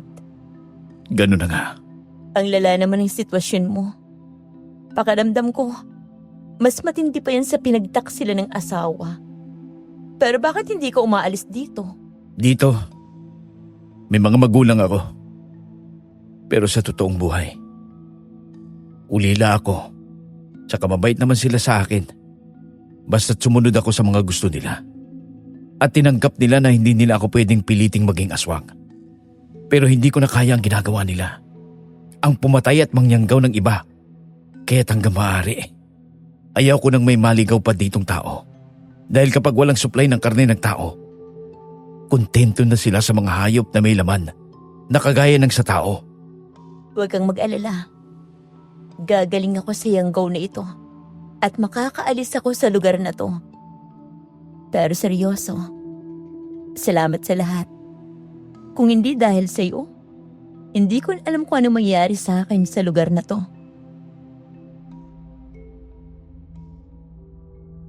Hindi na nagsalita si Bernard, iniwan na niya ako sa silid kung saan ako magpapahinga.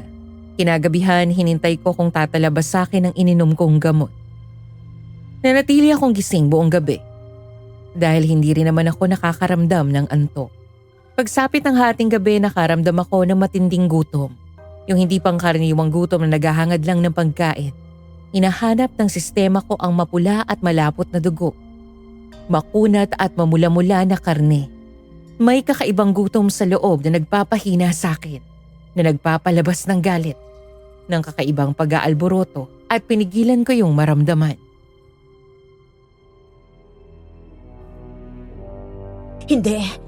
Hindi ito maaari. Gutom lang ako dahil kaunti ang kinain ko kanina. Pero mawawala din to kapag kumain ako. Ito may kanin. Kakain muna ako.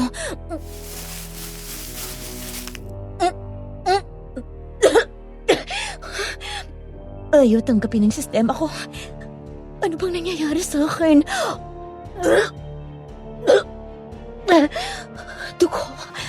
Dugo. Gusto ko ng dugo. Grace! Grace! Anong nangyayari sa'yo? Hindi yata tumalab yung ibinigay ng gamot na albularyo sa akin. Hindi ko maintindihan ang nararamdaman ko. Gutom na gutom ako at hindi ko mapigilan. Pero hindi ordinaryong pagkain ang gusto ko. Iba ang gusto ko. Gusto ko ng dugo. Hindi. Subukan mo uli. Agad kong nilaklak yung natitirang laman ng bote at halos matapon pa ito dahil sa sobrang pangatal ng aking kamay. Wala pa rin epekto. Habang tumatagal ay lumalala ang nararamdaman kong guto. Nakita ko si Bernard na nakatingin sa akin at sa di malamang dahilan, mas lalong kumalam ang aking sikmura. Napansin ko ang mga ugat sa kanyang braso na tila sariwang dugo na dumadaloy dito. Ang mamula-mula niyang kulay na nagpapahiwatig na malasa at sariwa ang kanyang laman. Bago ko pa napigilan ang sarili ko, bigla akong umatake kay Bernard at tinangkang kagatin ang kanyang leeg. Grace! Grace! Nagugutom ako. Nagugutom ako. Huwag ako! Gagawa na lang ako ng paraan. Huwag ako!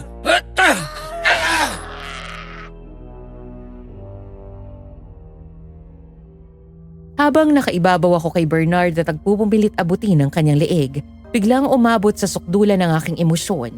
Magkakahalong galit, lungkot, sama ng loob at gutom na hindi ko maipaliwanag kung bakit bigla nalang nagsabay-sabay at parang gustong sumabog.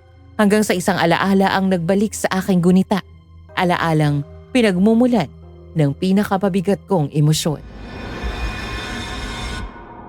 Ako ang nauna! Ako ang nauna, Grace! Ako! Ako ang unang minahal ni Marco! Umalis lang ako ng ilang taon para mag-aral sa abroad. Pagbalik ko kayo na! Wala man lang akong kaalam-alam! Wala man lang nagsabi sa akin! Pero ngayon, nagbalik na sa akin si Marco at wala nang makakadlaw sa pagmamahala namin! Kasalanan mo kung bakit nangyari yun. Iniwan mo si Marco nang walang paalam. Halos gabi-gabi, umiinom siya ng dahil sa sakit na ginawa mo. Araw-araw niya akong kinukulit na baka may update sa'yo pero wala. Walang text, tawag o kahit sulat. Ako ang nandiyan para sa kanya. Wala akong balak na agawin siya sa'yo pero isang araw, napagod na si Marco kakahintay sa'yo. At ako naman, hindi ko inaasahan na mahuhulog ako sa kanya. Mukhang wala ka namang pakialam kaya pumayag ako na magkaroon kami ng relasyon at magpakasal. Hindi mo man lang inisip na babalik ako at hindi mo man lang inisip na yung lalaking ginusto mo ay boyfriend ng best friend mo. Grace, hindi ba kami hiwalay ni Marco? At pinagbawalan ako ng parents ko noon na gumamit ng cellphone, telepono o kahit na ano para makapag-focus ako sa pag-aaral dahil mahal ang tuition sa ibang bansa. Pinilit lang akong paaralin ng magulang ko roon. Napag-usapan na namin ito, Grace. Nagkataon lang nakasal na tayo nang bumalik si Amara. At noong nalaman ko ang side niya, doon ako nakapag-isip-isip. At na-realize ko na siya pa rin ang mahal ko. Sinubukan ko itong pigilan dahil ayoko ring saktan ka. Pero hindi talaga kaya eh. Kahit anong gawin, si Amara pa rin ang laman ng puso ko. Minahalang kita dahil ikaw ang nandyan. Minahalang kita dahil ikaw ang nandyan. Minahalang kita dahil ikaw ang nandyan. Minahalang kita!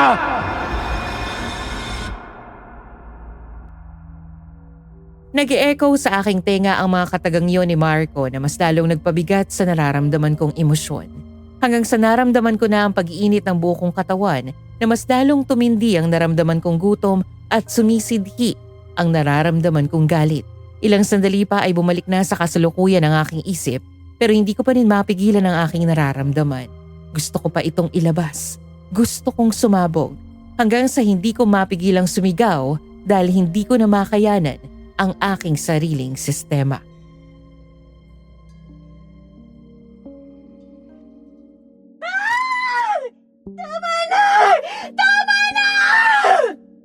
Grace! Anong nangyayari?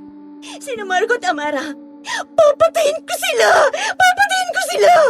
Pupuntahan ko sila at papatayin ko sila! Ilalaman ko sa sikmura ko ang katawan nila, buong buo at walang titira kahit simot! Padadanakin ko ang kanilang dugo dahil sa pagtatak sila ginawa nila sa akin! Hindi ko sila bubuhayin! Grace! Teka sandali! Grace! Ano ba, Grace? Grace! Dire-diretso lang akong tumakbo. Tila walang pakialam sa aking paligid. Walang pakialam sa humahabol na si Bernard pero dahil sa bilis niyang tumakbo, ay naabutan niya ako at hinilan niya ang aking braso para pigilan ako.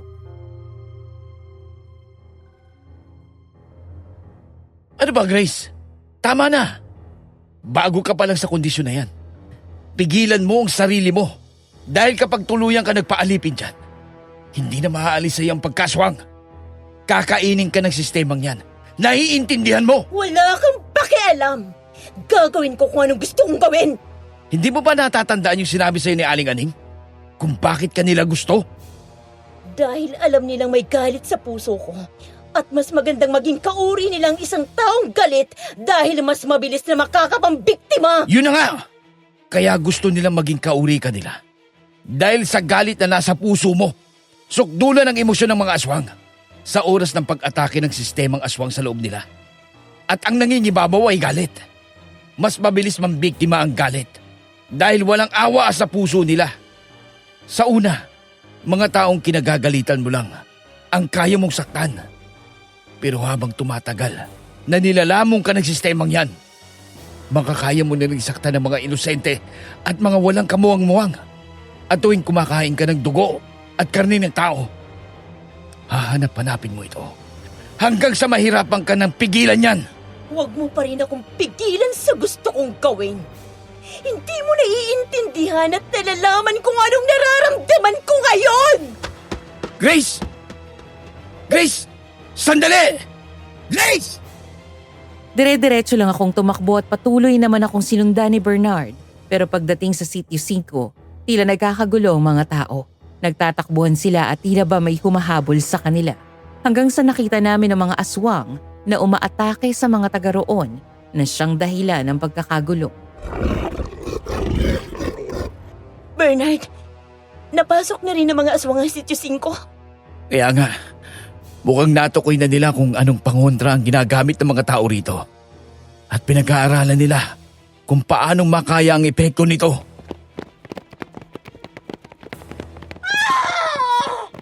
Bernard, si Aling Dolores yun ah. Aling Dolores, paano kayo napasok ng mga aswang dito? Siguro wala nang talab sa kanila yung mga pangontra namin. Baka napag-aralan na nila kung paano nila ito kukontrahin. Ewan ko nga di ko maintindihan eh. Basta umalis na ako sa bahay namin dahil pinamugaran na doon ng mga aswang. Naiwan doon yung mag-asawa. Si Amara ayaw sumama sa akin dahil ayaw niyang iwan ang asawa niya. Iha, tulungan mong apo ko. Magkaibigan naman kayo. Pero buntis kasi siya at pakiramdam ko, hindi ko na rin siya kayang... Aling Dolores? Bigla na lang natumba sa harap namin si Aling Dolores. Inatake na pala ito sa puso. Pagkatapos ay hinila ako ni Bernard dahil may mga dumating na aswang na sumugod sa akin. Itinakbo niya ako palayo pero bumitaw ako sa kanya. Ano? Bakit ka bumibitaw? Umalis na tayo rito. Dahil delikado kapag nakita nila tayo. Pares nila tayong papatayin. Dahil malalaman nila na tinatago kita at itatakas kita. Sa ating dalawa, ikaw ang dapat na umalis dito. Dahil ikaw ang mayayari sa kanila kapag nalaman nila na nandito ka. May laban na ako sa kanila dahil kagaya na nila ako. Kaya ikaw, umalis ka na. Iwan mo na ako rito. Bakit mo ba kailangan pang manatili rito? Nakikita mo naman ang nangyayari, hindi ba? Binamumugaran na ng mga aswang ang lugar na ito. Kaya hindi ka na rin dapat na manatili rito. Kailangan kong puntahan sina Marco at Amara. Para saan? Ililigtas mo ba sila? Hindi pa rin napapawi ang gutom na nararamdaman ko. Kailangan ko itong mailabas sa kanila. O kaya naman, kailangan kong masaksihan kung paano padadanakin ng mga aswang ang dugo nila. Kinain ka na nga ng sistema ng pagkaswang mo. Dahil nilalamong ka na naggalit. Hindi ko na pinansin ang sinabing iyo ni Bernard.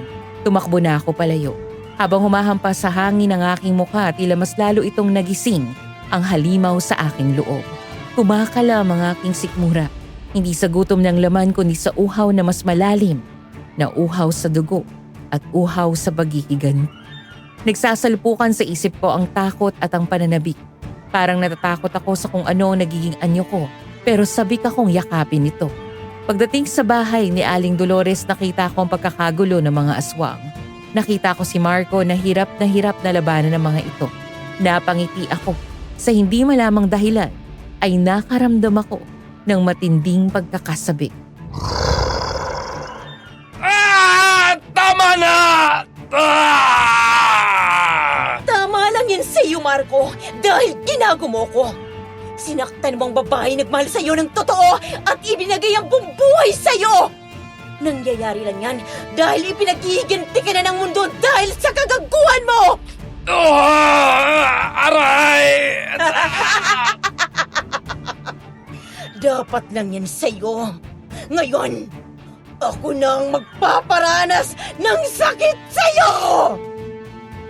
Pagkasabi ko noon ay agad akong sumugod sa kinaroroonan ni Marco at ang aswang na umaatake sa kanya.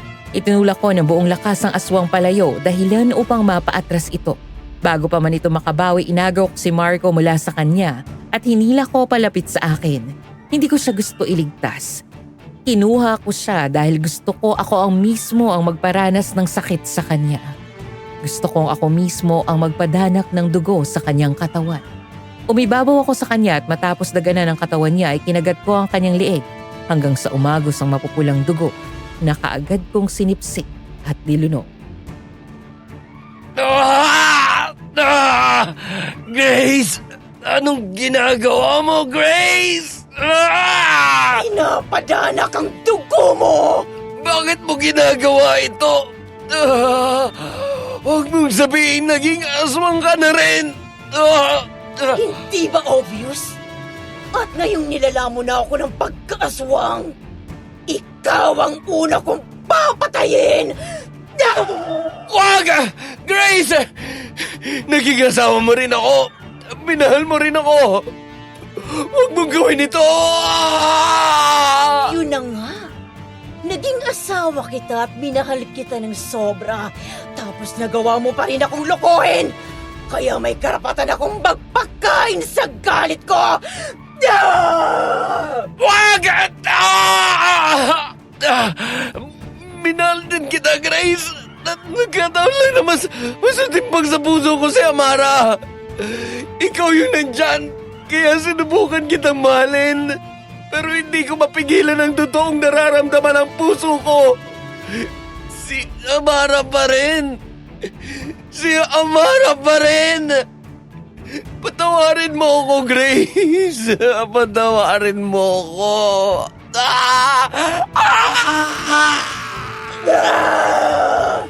Walang iya ka! Mas lalong tumindi ang nararamdaman kong uhaw, gutom at pakiramdam ko. Mas pinatindi pa ito ng galit. Tama nga naman sila. Mas madaling mambiktima kapag galit at gutom ka. Ipinagpatuloy ko ang pagkain sa laman ni Marco. Tuluyan ko nang winakwak ang kanyang katawan. Mula sa leeg papunta sa dibdib. Hanggang sa sikmura at habang ginagawa ko iyon, pumapatak ang aking luha. Ramdam ko lahat ng sakit, lahat ng galit, lahat ng matitinding emosyon ng mga sandaling iyon. Bumalik lahat ang mga sandali noong nagkakilala kami. Nung kinomfort ko siya. Nung nagkakagustuhan kami. Hanggang sa magpakasal. Lahat ng masayang alaala hanggang sa isang araw. Halos hindi na siya umuwi sa akin at nalaman ko na lang na nabuntis niya ang best friend ko at masaya silang nagsasama.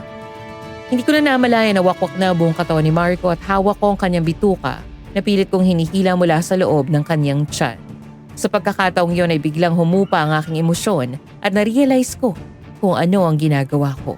Napatingin ako sa kamay ko na may dugo at humahagulgul na ako sa pag-iyak. Hindi! Hindi maaari ito! Hindi! Marco! Marco!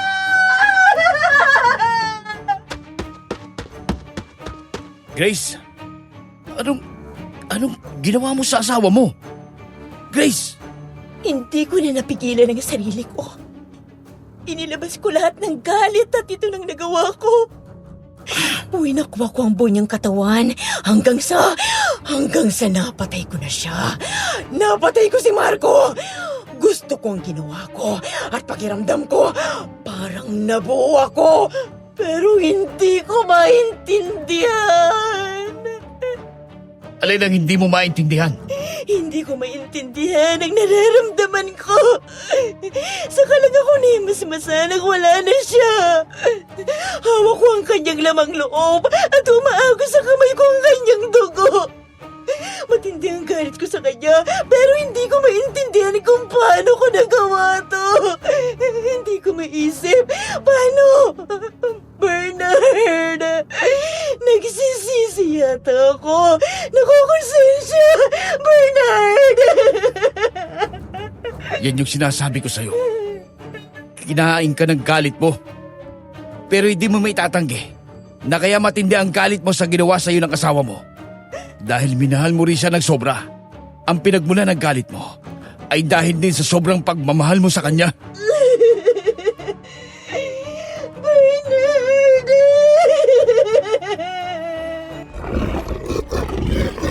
Grace, nandiyan na sila. Umalis na tayo rito. Hindi mo sila kayang labanan. Kahit pa kagaya ka na rin nila. Grace, tayo na. Ano ba? Tara na! Napatulala na lang ako ng mga sandaling yon, kaya hindi ko na namalayan nang hilahin ni Bernard ang aking braso. Mabilis kaming tumakbo at pagkalabas namin sa bahay na yon, ramdam namin ang pagdaan ng mga aswang sa bintana ng bahay. Dumiretso lang kami sa sukalan at tagahanap ng daan palabas sa lugar na yon. Umiiwas sa mga aswang na nagtatago sa mga liblib na bahagi nito. Pagdating namin sa may punong mahogany, nakarinig kami ng boses ng isang babaeng parang umuungol sa sakit. Narinig mo ba yun? Parang boses ng babae na umuungol sa sakit. Oo, narinig ko rin yun. Parang nasa likod lang siya ng punong mahogani. Punta natin. Baka kailangan niya ng tulong. Pero Bernard, kilala ko ang boses na yun. Parang boses siya ni Amara, yung best friend ko. Yung babaeng umagaw sa asawa ko. Mukhang kailangan niya ng tulong. Punta natin. Wag! Paano kung hindi siya yung best friend mo? At kaboses lang pala. Eh di nakapatay ka ng isang tao na dapat na iligtas natin. Huwag ka na nga magpakain sa galit mo. Dahil baka mamaya, may ibang taong madamay. Wala na akong nagawa nang nagpatiuna na si Bernard sa paktakbo papunta sa kinaroroonan ng babaeng umiiyak. Sumunod na lang ako sa kanya at pagdating doon, inilawan namin ang paligid at nakita namin si Amara na nakabukaka habang umiiyak. Pawis na pawis siya at may dugo ang kanyang kamay. Siya yung best friend ko, Bernard. Mukhang kailangan niya ng tulong. Dahil manganganak siya. Tulungan niyo ako. Manganganak na ako. Wala akong kasama. Nag-aral ako ng medisina kaya tutulungan kita. Kumalma ka lang. Ako na ang bahala. Salamat. Bernard, Huwag nating idamay yung bata rito.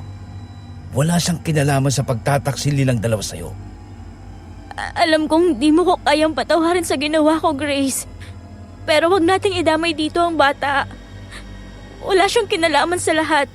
Kaya hayaan natin siyang mabuhay. Kahit hindi na ako isipin mo. Kahit yung bata na lang. Tama si Amara. Kahit anong mangyari, huwag nating idamay ang bata.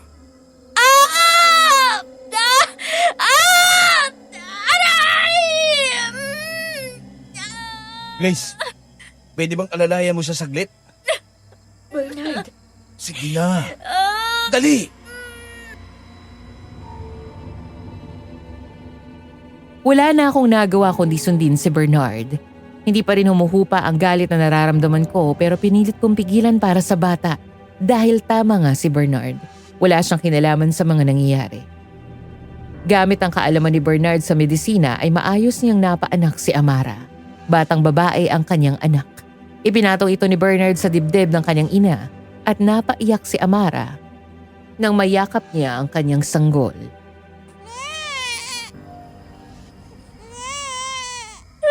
Anak ko!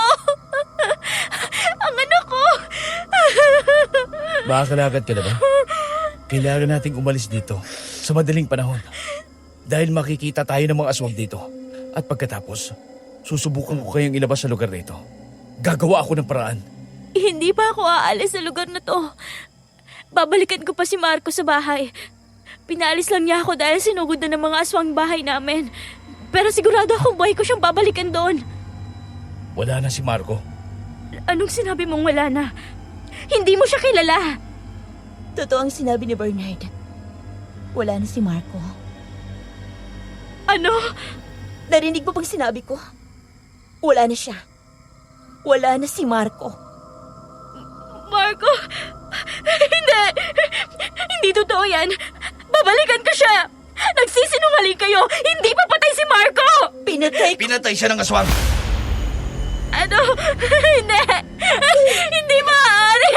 Hindi!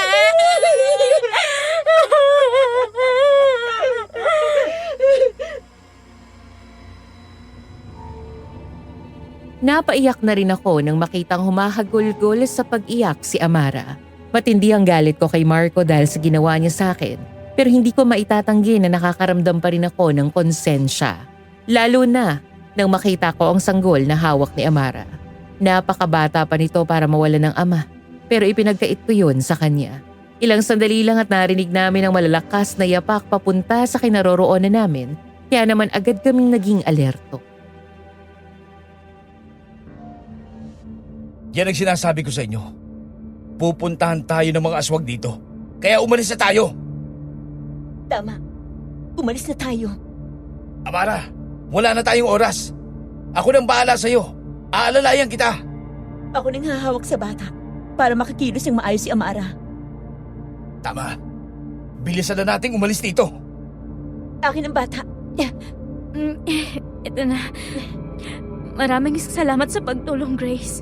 Huwag mo nang isipin yun. Ginagawa ko lang ito para sa bata at kaligtasan ang kailangan nating isipin sa ngayon. Nandyan na sila! Umalis na tayo! Tara! Nagmamadali na kaming umalis sa lugar na yon.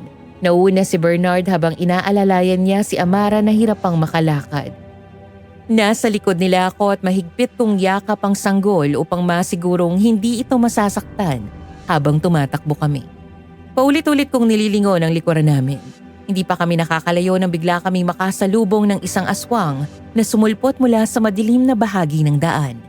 Huminto kami agad. Inalayo ni Bernard si Amara sa gilid habang mas lalo kong niyakap ang bata at nilagay ito sa aking dibdib. Ako nang bahala, Grace. Samahan mo si Amara dito. Ako ang lalaban sa aswang. Sige. Sige na.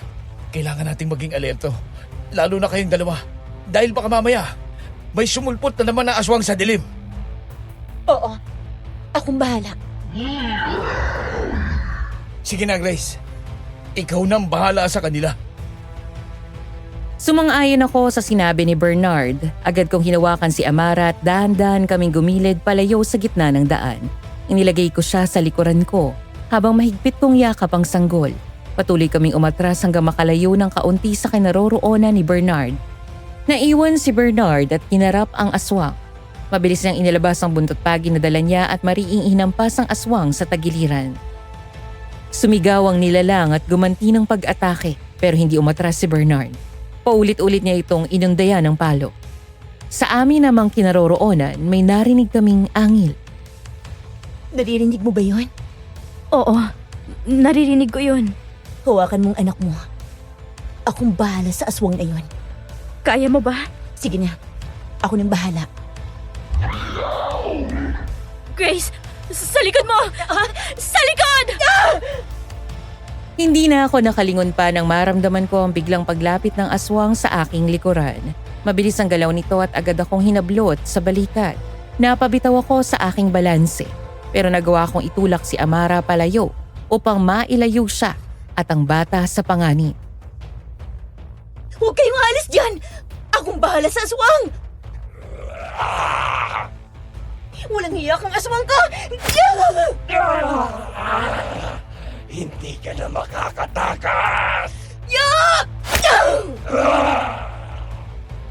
Bumagsak ako sa lupa at gumulong palayo habang pilit kong iniiwasan ng mga kamay ng mga aswang na patuloy na sumusugod sa akin.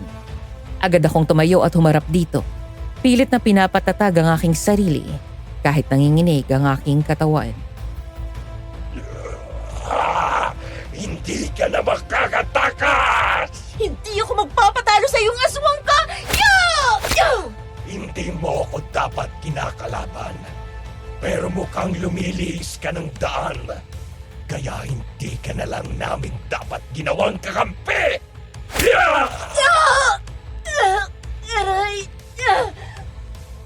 Mukhang hindi na kinakaya ng lakas ko ang aswang. Umisip ako ng paraan kung paano ko siya matatalo hanggang sa napansin ko na may malapit palang bangin sa kinaroroonan namin. Dahan-dahan ako gumilid hanggang sa makarating kami sa malapit dito. Hinawakan ko ito at buong lakas na itinulak palayo sa direksyon ng bangin. Nawalan ito ng balanse at gumulong pababa. Narinig ko ang sunod-sunod na pagbagsak ng katawan nito hanggang sa tuluyan nitong mawala sa dilim. Wala nang aswang. Grace, natalo ko na ang aswang. Naihulog ko na rin sa bangin yung umatake sa akin. Umalis na tayo rito.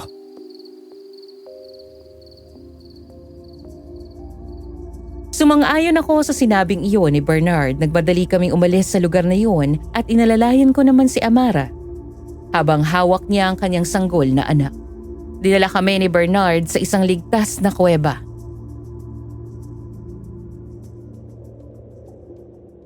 Dito muna kayo pansamantala. Akala ko ba, tutulungan mo kaming makalabas sa lugar na to? Hindi mo ba nakita? Mag-uumaga na. Mas lalong magiging mahirap ang pag-alis natin dahil mas lalong bantay sarado kapag araw. Ano? Maghihintay ulit tayo ng panibagong gabi? Ganun na nga. Wala tayong magagawa kaysa naman isugal natin ang buhay natin. Tapos, may kasama pa tayong sanggol. Ang hirap naman. Pagpahinga muna kayo dyan. Mahigaan naman dyan eh. Dahil madalas din ako rito kapag gusto kong lumayo. Nagpahinga muna kami doon sa loob ng kuweba. Umiga si Amara habang yakap ang kanyang sanggol. Tahimik ang paligid. Pero nang umiyak ang bata, nakaramdam na naman ako ng matinding gutom. Tanaw ko ang mapula niyang kutis. Ang malambot na laman na lalong nagpapakalam sa aking sikmura.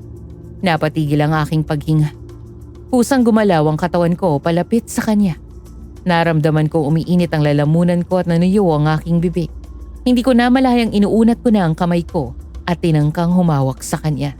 Biglang gumalaw si Amara. Nagising siya at masinigpitan ng yakap sa sanggol. Doon lang ako natauhan. Agad kong binawi ang aking kamay at umatras. Ilang sandali lang at nagising si Amara. Magpahinga ka pa. Wala naman tayong gagawin dito. Grace, Ano yun? I'm sorry sa lahat. Marami ako hindi naipaliwanag at nasabi sa'yo. May malalim na dahilan ng pag-agaw mo sa asawa ko? Alam mo, Amara, hindi yun ang mahalaga sa ngayon. Ang mahalaga, makaalis tayo rito ng ligtas, lalo ng sanggol. Pero baka ito na lang ang tamang pagkakataon para masabi ko sa iyong lahat. Ano bang kailangan mong sabihin?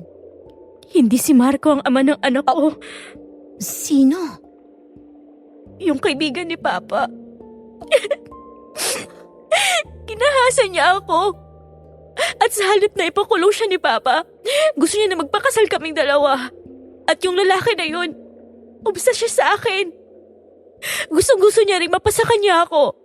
Pero ayoko dahil habang buhay kong maaalala ang pambababoy niya sa akin.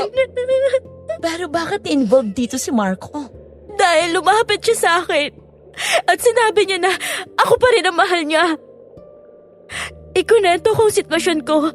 At sinabi niya na itatago niya ako. At pananagutan niya ang bata. Si Lola Dolores. Hindi ko yun lola.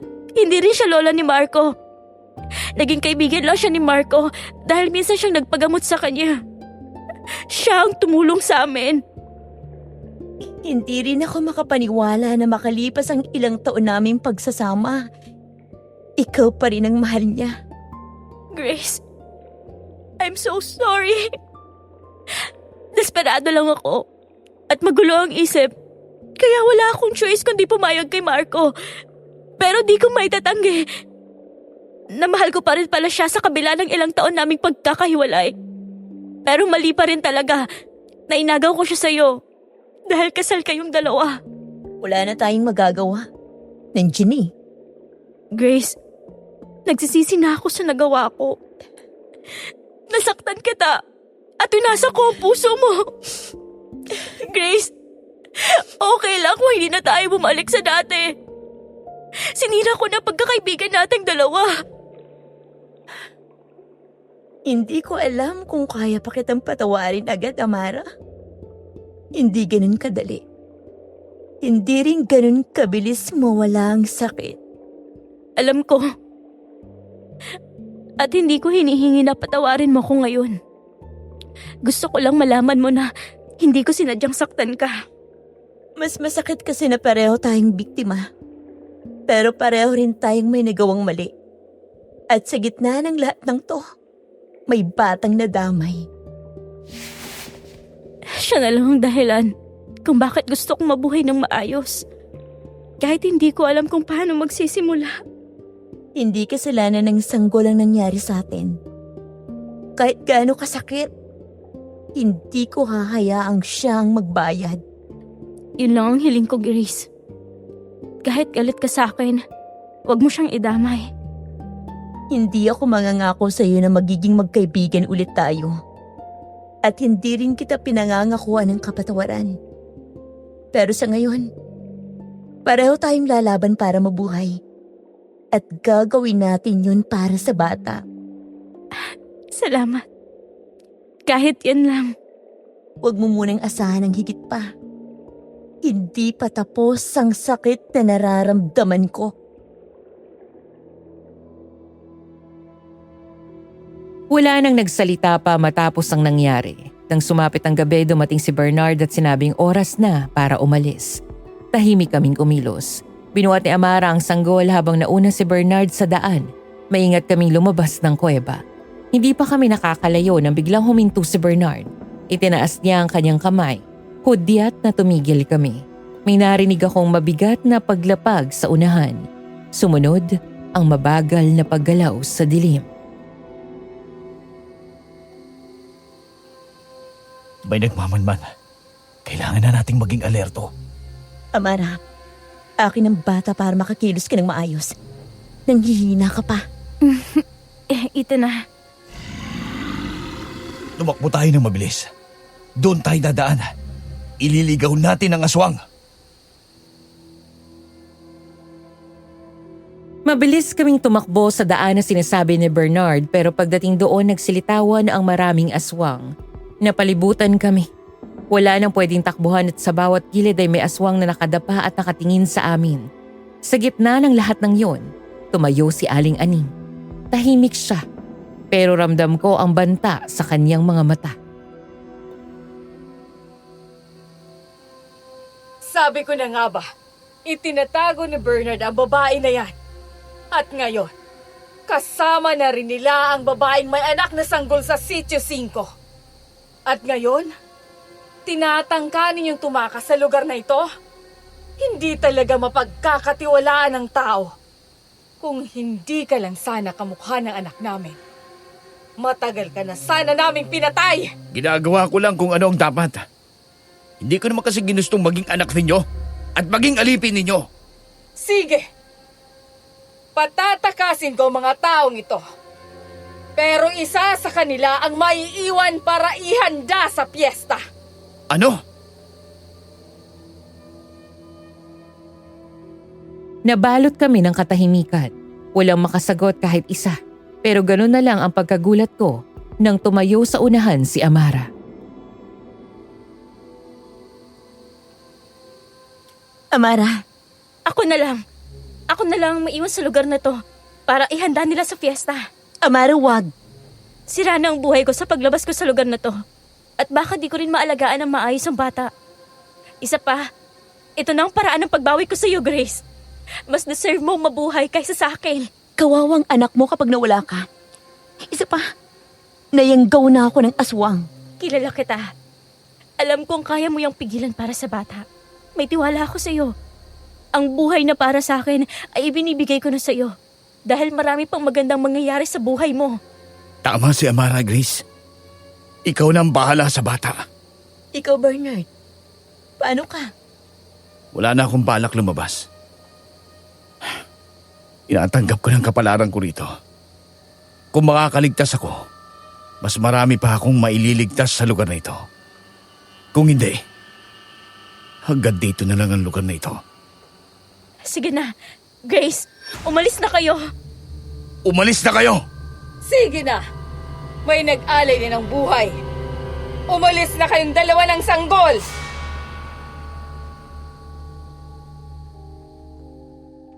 Hindi na ako nakapagsalita. Dire-diretso lang akong umalis habang yakap ang sanggol. Narinig ko na lang ang malakas na sigaw ng babae at lalaki. Batid ko na noon na katapusan na para sa kanila. Nakaalis kami sa lugar na yun at doon nagsimula ang buhay ko. Kasama ang anak ni Amara. Hindi ko idinamay ang bata sa naging kasalanan ng kanyang ina. Sa pagkaaswang ko naman nagpagamot ako sa isang albularyo at kahit paano nakontrol ko ito at di na mababago. Marami pang nangyari sa akin. Nakahanap pa ako ng tunay na pagmamahal at marami pang opportunities ang dumating.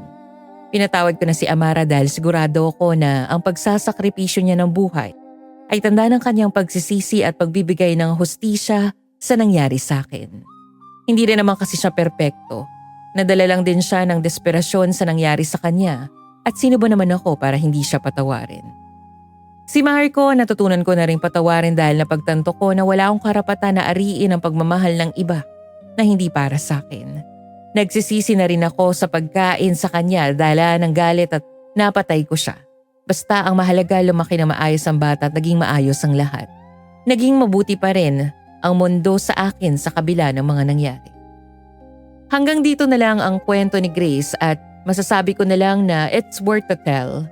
Hindi man maganda ang naging wakas para sa lahat, kung pagninilayan, meron kang matututunan. Napaka-unpredictable talaga ng pag-ibig pero di natin dapat pamarisan ang kagaya ni Marco na wala namang tamang direksyon kung sino ang totoong iniibig kaya dalawang babae ang kanyang nasaktan. Si Amara at Grace na hindi man lang inisip na nakatali ang damdamin ng isa't isa. Kung hindi nang himasok si Grace sa relasyon ng dalawa baka maayos ang lahat. O kung tuluyang minahal ni Marco si Grace, wala sanang pagtataksil. Isa pang tauhan na may sense sa istorya ay si Bernard na walang direksyon pero palaging pinipili ang tama pero nakakalimutan ang kanyang sarili. Si Aling Aning at ang mga aswang na kinain ng galit sa puso kaya nabuo ang kapiyastahan. Mga tauhan na alipin ang kanilang emosyon kaya nawalan ng direksyon. Hanggang dito na lang po ang kwento at maraming salamat po. Lubos na gumagalang, Daryl. Para sa mga tagapakinig, sino sa mga tauhan ang talagang nakarelate ka? Paki-comment ang inyong mga kasagutan dyan sa may comment section sa baba at huwag kalimutang mag-like and subscribe. Maraming salamat po.